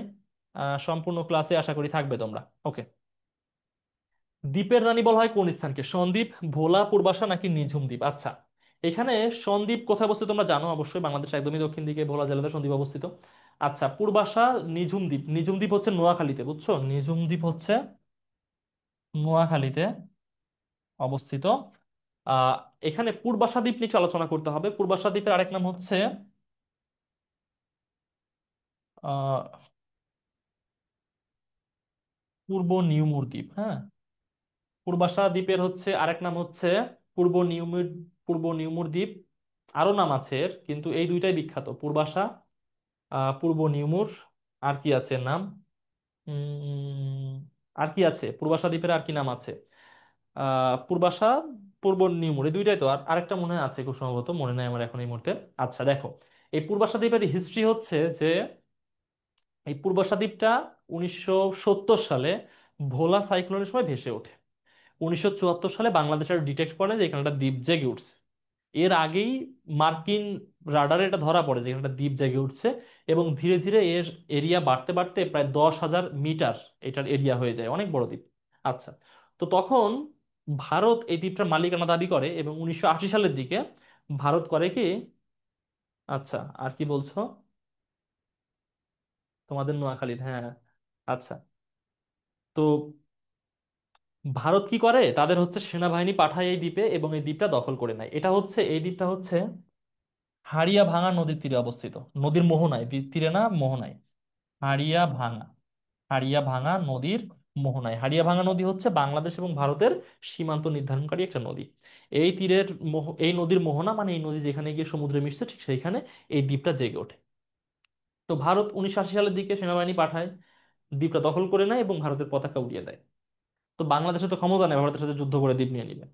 তো পরে যেটা হয়, এই দ্বীপটা ধীরে ধীরে আবার তলিয়ে যেতে থাকে, এবং 2010 সালের দিকে দ্বীপটা আবার পানির নিচে চলে যায়। 2014 সালে আন্তর্জাতিক সালিস আদালত রায় দিয়েছে যে দ্বীপটা ভারতের সীমানার অধিভুক্ত, ভারত মালিকানা নিয়ে নিয়েছে, কিন্তু সমস্যা হচ্ছে দ্বীপটা এখন পানির নিচে চলে গেছে। ঠিক আছে, এটা হচ্ছে পূর্বাশা দ্বীপ বা বা পূর্ব নিমুর দ্বীপের ইতিহাস। নিঝুম দ্বীপ নোয়াখালীতে। আচ্ছা, বাংলাদেশের দ্বীপের রানী বলা হয় হচ্ছে ভোলাকে। দ্বীপের রানী বলা হয় কাকে? ভোলাকে। ঠিক আছে। আচ্ছা, তাহলে সঠিক উত্তর হচ্ছে ভোলা। 30 নম্বর কোশ্চেন, সর্বনাশা পদ্মা নদী গানটির রচয়িতা কে? এটা হচ্ছে বাংলাদেশের বিখ্যাত ব্যক্তিত্ব থেকে আসা কোশ্চেন। বাংলাদেশের বিখ্যাত ব্যক্তি থেকে কোশ্চেন হবে, সর্বনাশা পদ্মা নদী গানটির রচয়িতা কে? তোমরা যদি জেমসের বাংলাদেশ গানটা শুনে থাকো এই কোশ্চেনের উত্তর করতে পারবা। জেমসের বাংলাদেশ গানের মধ্যেই এই কোশ্চেনের উত্তরটা বলা হয়। জেমসের বাংলাদেশ গানের মধ্যেই এই কোশ্চেনের উত্তরটা বলা হয়েছে। একটু জাস্ট স্মরণ করো জেমসের বাংলাদেশ গানটা, তাহলে তুমি উত্তর করতে পারবা। কোনটা সঠিক উত্তর দেখো। জেমসের বাংলাদেশ গানে দেখবা বলবা, বলবে বলা আছে এটা যে তুমি আব্দুল আলিমের সর্বনাশা পদ্মা নদীর টান। এই এই এই কথাটা দেখবা বলা আছে। ঠিক আছে, পদ্মা নদীর গান, সরি পদ্মা নদীর টান না, পদ্মা নদীর গান। আচ্ছা, তো লালন শাহর বিখ্যাত কি গান আছে? জাত গেল জাত গেল, আহ মানুষ বয় মানুষ কয় লালন কি জাত সংসারে, এগুলা হচ্ছে লালনের বিখ্যাত গান। তারপর হচ্ছে শাহ আব্দুল করিমের বিখ্যাত কি গান আছে? গাড়ি চলে না চলে না। তারপরে কি আছে? অনেক গান আছে, আমার সবগুলো মনে নাই এই মুহূর্তে। আচ্ছা, আর আব্দুল আলিমের বিখ্যাত গান হচ্ছে সর্বনাশা পদ্মা নদী। ঠিক আছে, এই গানটা তার একটা গান তাকে একদম ইতিহাসে নিয়ে চলে গেছে। এটা হচ্ছে তার সব থেকে জনপ্রিয় গান, সর্বনাশা পদ্মা নদী। এটা হচ্ছে আব্দুল আলিমের গান। ঠিক আছে, আব্দুল আলিমের। বাকি যে বাংলাদেশের বিখ্যাত যারা হচ্ছে সঙ্গীত শিল্পী আছে, সবার গান নিয়ে আলোচনা হবে, বিস্তারিত হবে সবকিছু ক্লাসে। দেখো, সামারি ক্লাসে এর থেকে বেশি পড়ানোর টাইম থাকে না। দেখো, এতে কত ঘন্টা, 1.5 ঘন্টার বেশি হয়ে গেছে ক্লাস। আমাকে 1 ঘন্টার মধ্যে ক্লাস শেষ করার কথা ছিল। 1.5 ঘন্টা তোমাদের সাথে থাকতে পেরে আমারও ভালো লাগতেছে যে অনেক কিছু পড়া হয়েছে। তোমাদেরকে অসংখ্য ধন্যবাদ সম্পূর্ণ সময় থাকার জন্য। এবং এই যে 25টা যে ক্লাস হবে, বাংলাতে 25, ইংরেজিতে 25, সাধারণ জ্ঞানে 25, আশা করি প্রত্যেকটা ক্লাসে তোমরা থাকবা এবং প্রত্যেকটা ক্লাস গুরুত্ব দিয়ে করবা। অ্যাডমিশনের আগে তোমাদের ফ্রিতে একটা অ্যাডমিশনের প্রিপারেশন হয়ে যাবে ইনশাল্লাহ। ধন্যবাদ তোমাদেরকে সম্পূর্ণ সময় থাকার জন্য। ইনশাল্লাহ দেখা হবে অন্য ক্লাসে। ভালো থেকো তোমরা। আসসালামু আলাইকুম।